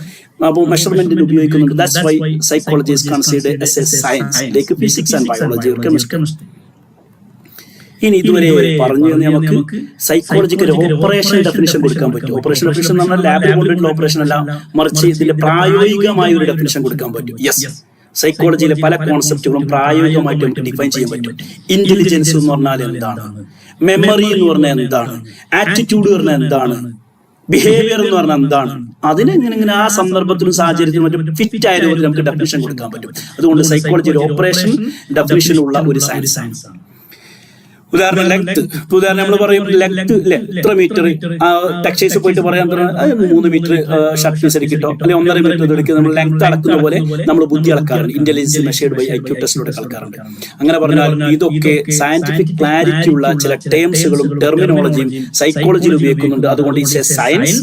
ഇതൊരു ഓപ്പറേഷൻ ഡെഫിനിഷനും ഉള്ള ഒരു സയൻസ് ആണ്. ഇന്റലിജൻസ് പറഞ്ഞാൽ ഇങ്ങനെയൊക്കെ ചെയ്യുന്നതിന് ഇന്റലിജൻസ് ഒരു ഡെഫിനിഷൻ പഠിക്കാൻ പറ്റും. പേഴ്സണാലിറ്റി എന്ന് പറഞ്ഞാൽ ഇങ്ങനെയുള്ള പേഴ്സണാലിറ്റി എന്ന് പറയും. അപ്പൊ ഡെഫിനിഷൻ ഉള്ള വളരെ പ്യുവർ ആയ ഒരു സയൻസ് ആണ് സൈക്കോളജി. സൈക്കോളജി സയൻസ് ആണെന്ന് മാത്രമല്ല, ഇറ്റ്സ് എ ബിഹേവിയർ സയൻസ്. ഇതെന്താ പഠിക്കുന്നത്? അടുപ്പിൽ തീ വരുന്നതിനെ കുറിച്ചല്ല പഠിക്കുന്നത്, മനുഷ്യന്റെ മനസ്സിനെ കുറിച്ചും മനുഷ്യന്റെ പെരുമാറ്റങ്ങളെ കുറിച്ചും. ഇറ്റ്സ് എ ബിഹേവിയർ സയൻസിന്റെ പാർട്ടാണ്. അങ്ങനെ പറഞ്ഞാൽ it studies complex and dynamic behaviour. മനുഷ്യന്റെ സങ്കീർണമായ പ്രവർത്തനങ്ങൾ. സങ്കീർണമായ പ്രവർത്തനങ്ങളാണ് ഒരു മനുഷ്യനെ കുറിച്ച് നമുക്ക് പ്രെഡിക്റ്റ് ചെയ്യാൻ പറ്റില്ല. അവൻ നാളെ അങ്ങനെ പറയും, ഇങ്ങനെ പോയി അവരിങ്ങനെയാവും നമുക്ക് പ്രെഡിക്റ്റ് ചെയ്യാൻ പറ്റില്ല. ആകാതിരിക്കാം. ഈ സ്വഭാവങ്ങളൊക്കെ കാണിക്കുന്നതുകൊണ്ട് ഇങ്ങനെ ഇനി സാഹചര്യത്തിലാകുന്നത് മിക്കവാറും 2 വർഷം കഴിഞ്ഞാൽ അവർ ഇങ്ങനെയാകുന്നത് നമുക്ക് പ്രെഡിക്റ്റ് ചെയ്യാം. പറഞ്ഞ മാതിരി ആകാതിരിക്കാം. കാരണം അതല്ലാത്ത പല ഫാക്ടേഴ്സും അദ്ദേഹത്തെ സ്വാധീനിച്ച് അയാൾ മാറാതിരിക്കാം. ഏതൊരാളും എങ്ങനെയും പെരുമാറും. കണ്ടില്ലേ, വീട്ടിലൊക്കെ നമ്മൾ ശ്രദ്ധിച്ചില്ലേ, പെട്ടെന്ന് കാരം ഭൂമി കുലുക്കന്മാരി ഹസ്ബൻഡ് ചൂടാന്ന്, അതേപോലെ പെട്ടെന്ന് കാരം ഭാര്യ ചൂടാന്ന്, ചിലപ്പോൾ കുട്ടികൾ ചൂടാകുന്നത്. വീട്ടിൽ വലിയ പ്രശ്നങ്ങളുണ്ടാവും. നാട്ടിലും തന്നെ, സംഘടനകളും തന്നെ. ഒരു ഇലക്ഷന്റെ റിസൾട്ട് വന്നാൽ മതി ഭയങ്കര വിപ്ലവങ്ങളും കലാപങ്ങളും ഉണ്ടാകും. ഇങ്ങനെയാണ് മനുഷ്യന്മാർ. കോംപ്ലക്സ് ആണ്, ഡൈനാമിക് ആണ്. ഇതിനെ കുറിച്ചൊക്കെ സൈക്കോളജി പഠിക്കുന്നത്, അവരുടെ ബിഹേവിയർ സയൻസിന്റെ സൈക്കോളജി പ്രത്യേകത എന്താ? ഇത് യങ്ങസ്റ്റ് അമംഗ് ദി സയൻസ് എന്ന് പറയും. സയന്റിഫിക് എൻക്വയറി നടത്തുന്ന, അതായത് ഫിസിക്സ്, കെമിസ്ട്രി, മാത്സ്, ബയോളജി പോലത്തെ ഫിസിക്കൽ സയൻസ് അല്ലെങ്കിൽ പ്യൂർ സയൻസ് എന്ന് പറയുന്ന ഈ സയൻസിനെ പോലെ പുതുതായി ഈ കാറ്റഗറിയിലേക്ക് വരാൻ ശ്രമിക്കുന്ന, വന്നുകൊണ്ടിരിക്കുന്ന ഒരു യുവ തുർക്കി എന്ന് പറഞ്ഞ യുവ സയൻസ് ആണ് സൈക്കോളജി. ബിഹേവിയറിനെ കുറിച്ച് പഠിക്കുന്ന മോഡേൺ സയൻസ് ആണ്. പക്ഷേ ഫിസിക്സിലുള്ളതുപോലെ കെമിസ്ട്രിയിലുള്ളതുപോലെ വളരെ കൃത്യമായിട്ട് നമുക്ക് പറയാൻ പറ്റില്ല. കെമിസ്ട്രിയിൽ ഒരു കാര്യം പറഞ്ഞാൽ ഹൈഡ്രജൻ ഇത്ര തന്മാത്രയും ഓക്സിജൻ ഇത്ര തന്മാത്രയും H2O വന്നു കഴിഞ്ഞാൽ വെള്ളം ഉണ്ടാകും, അല്ലെങ്കിൽ ഇതൊന്നും ചേർന്ന് എങ്ങനെ ഉണ്ടാവുന്ന ഫിസിക്കൽ കൃത്യമായി പറഞ്ഞിട്ടുണ്ടെങ്കിൽ സൈക്കോളജിയിൽ അങ്ങനെ കൃത്യമായി പറയും. അക്യൂറസി പറയും. കാരണം പലവരും പല പോലെ. ഇന്ന് എന്റെ ഇപ്പോഴുള്ള പെരുമാറ്റമല്ല കുറച്ച് കഴിഞ്ഞാൽ ഉണ്ടാകും. ഇപ്പൊ ഞാൻ വളരെ ഉഷാറായിട്ട് ക്ലാസ് എടുക്കുന്നുണ്ട്, പക്ഷെ കുറച്ച് കഴിഞ്ഞാൽ വേറെ ആളുടെ സംസാരിക്കാൻ കോലം മാറും അല്ലെ? അങ്ങാടിയുള്ള മാതിരിയായിരിക്കില്ല വീട്ടിലെത്തി കഴിഞ്ഞാൽ. അപ്പൊ അത് കോംപ്ലക്സിറ്റി ഉണ്ട് എന്നുള്ളതാണ്. അൺപ്രഡിക്റ്റബിൾ ആണ് മനുഷ്യന്റെ. അപ്പോൾ ബിഹേവിയർ സയൻസ് ആണ്, അഥവാ സയൻസ് ആണ് ബിഹേവിയറിനെ കുറിച്ച് പഠിക്കുന്നത്. ബിഹേവിയർ ഭയങ്കര കോംപ്ലക്സ് ആണ്. അപ്പൊ അതിനുള്ള കോംപ്ലക്സിറ്റി ഉണ്ട്. സൈക്കോളജി ആർട്ടാണ്, ആർട്ടാണ്, ഒരു കലയാണ്. സയൻസ് മാത്രമല്ല, അതായത് സയന്റിഫിക് മെത്തേഡ് ഉപയോഗിക്കുന്നു എന്നതുകൊണ്ട് സയൻസ് ആണ്. അതോടൊപ്പം ഇതെന്താണ്? ആർട്ടാണ്. അതായത് പുതിയ പുതിയ വിഷയങ്ങൾ വരുമ്പോൾ അതിനനുസരിച്ച് വളച്ചും തിരിച്ചും പരിഹാരങ്ങൾ കണ്ടെത്താൻ പറ്റും. അതെന്റെ ആർട്ട് എന്ന് പറഞ്ഞാൽ വിഷയങ്ങൾക്ക് പരിഹാരം കണ്ടെത്താൻ പറ്റുന്ന ഒന്നാം നമ്പർ ടൂളാണ്. അതായത് സൈക്കോളജിയിലെ പല തിയറികളും പല നോളജുകളും നമുക്ക് അപ്ലൈ ചെയ്യാം. അവിടെ പഠിക്കുന്ന ഒരു തിയറി, ഇവിടെ പഠിക്കുന്ന ഒരു തിയറി, അത് നമ്മൾ ലൈഫിൽ അപ്ലൈ ചെയ്യാം. പേഴ്സണാലിറ്റി ഡെവലപ്മെന്റ് കുറെ തിയറികൾ പഠിച്ചു കഴിഞ്ഞാൽ അത് നമ്മൾ ലൈഫിൽ അപ്ലൈ ചെയ്തുമ്പോൾ നമുക്ക് പേഴ്സണാലിറ്റി മോഡിഫിക്കേഷൻ ഉണ്ടാക്കാം. പഠനം വളരെ പിന്നാക്കം നിൽക്കുന്ന കുട്ടിയിൽ പഠന വൈകല്യങ്ങൾ കണ്ടെത്തിയിട്ട് ഇന്ന ടെക്നിക്കൽ ഉപയോഗിച്ച് കഴിഞ്ഞാൽ ആ കുട്ടിയുടെ പഠനം മെച്ചപ്പെടുത്തുക എന്ന് പറഞ്ഞാൽ ആ ടെക്നിക്കൂടെ മാറ്റിയെടുക്കാൻ പറ്റും. അപ്പോൾ സൈക്കോളജിയിലെ പല ടൂളുകളും പല കോൺസെപ്റ്റുകളും പല ആശയങ്ങളും മനുഷ്യന്റെ പ്രശ്നങ്ങൾക്കുള്ള പരിഹാരം. അതുകൊണ്ടാണ് തെറാപ്പികളൊക്കെ വരുന്നത്. കോഗ്നിറ്റീവ് ബിഹേവിയർ തെറാപ്പി ആട്ടെ, അല്ലെങ്കിൽ മറ്റു ബിഹേവിയർ തെറാപ്പികളാട്ടെ, പല പല തെറാപ്പികളുണ്ടല്ലോ. REBT ഉണ്ട്, SFBT ഉണ്ട്, CBT ഉണ്ട്, ധാരാളം. ഇതൊക്കെ ഇങ്ങനെ സൊല്യൂഷനുകളാണ്. ഇന്ന് ഈ സൈക്കോളജി എന്ന സാധനം കൗൺസിലിംഗിന് ഉപയോഗിക്കുന്നുണ്ട്, ക്ലിനിക്കൽ സൈക്കോളജി ആയിട്ട് ഉപയോഗിക്കുന്നുണ്ട്, എഡ്യൂക്കേഷൻ മേഖല ഉപയോഗിക്കുന്നുണ്ട്, ഓർഗനൈസേഷൻ മേഖല ഉപയോഗിക്കുന്നുണ്ട്. കമ്പനികൾ എടുത്തു കഴിഞ്ഞാൽ അവിടെ സൈക്കോളജിസ്റ്റ് ഉണ്ടായിരിക്കും. HR മേഖലയിൽ വർക്ക് ചെയ്യുന്ന ഒരു സൈക്കോളജി പഠിച്ചവരായിരിക്കണം. അയാൾ ഉഷാറാണ്. കൗൺസിലിംഗ്, ഡോക്ടേഴ്സ്, അതുപോലെ തന്നെ മറ്റുള്ള ആൾക്കാർ, ക്ലിനിക്കൽ സൈക്കോളജിസ്റ്റ്, സൈക്യാട്രിസ്റ്റുകൾ, ഇവരൊക്കെ ഉപയോഗിക്കുന്നു. അപ്പോൾ ഇതൊരു ആർട്ടാണ്.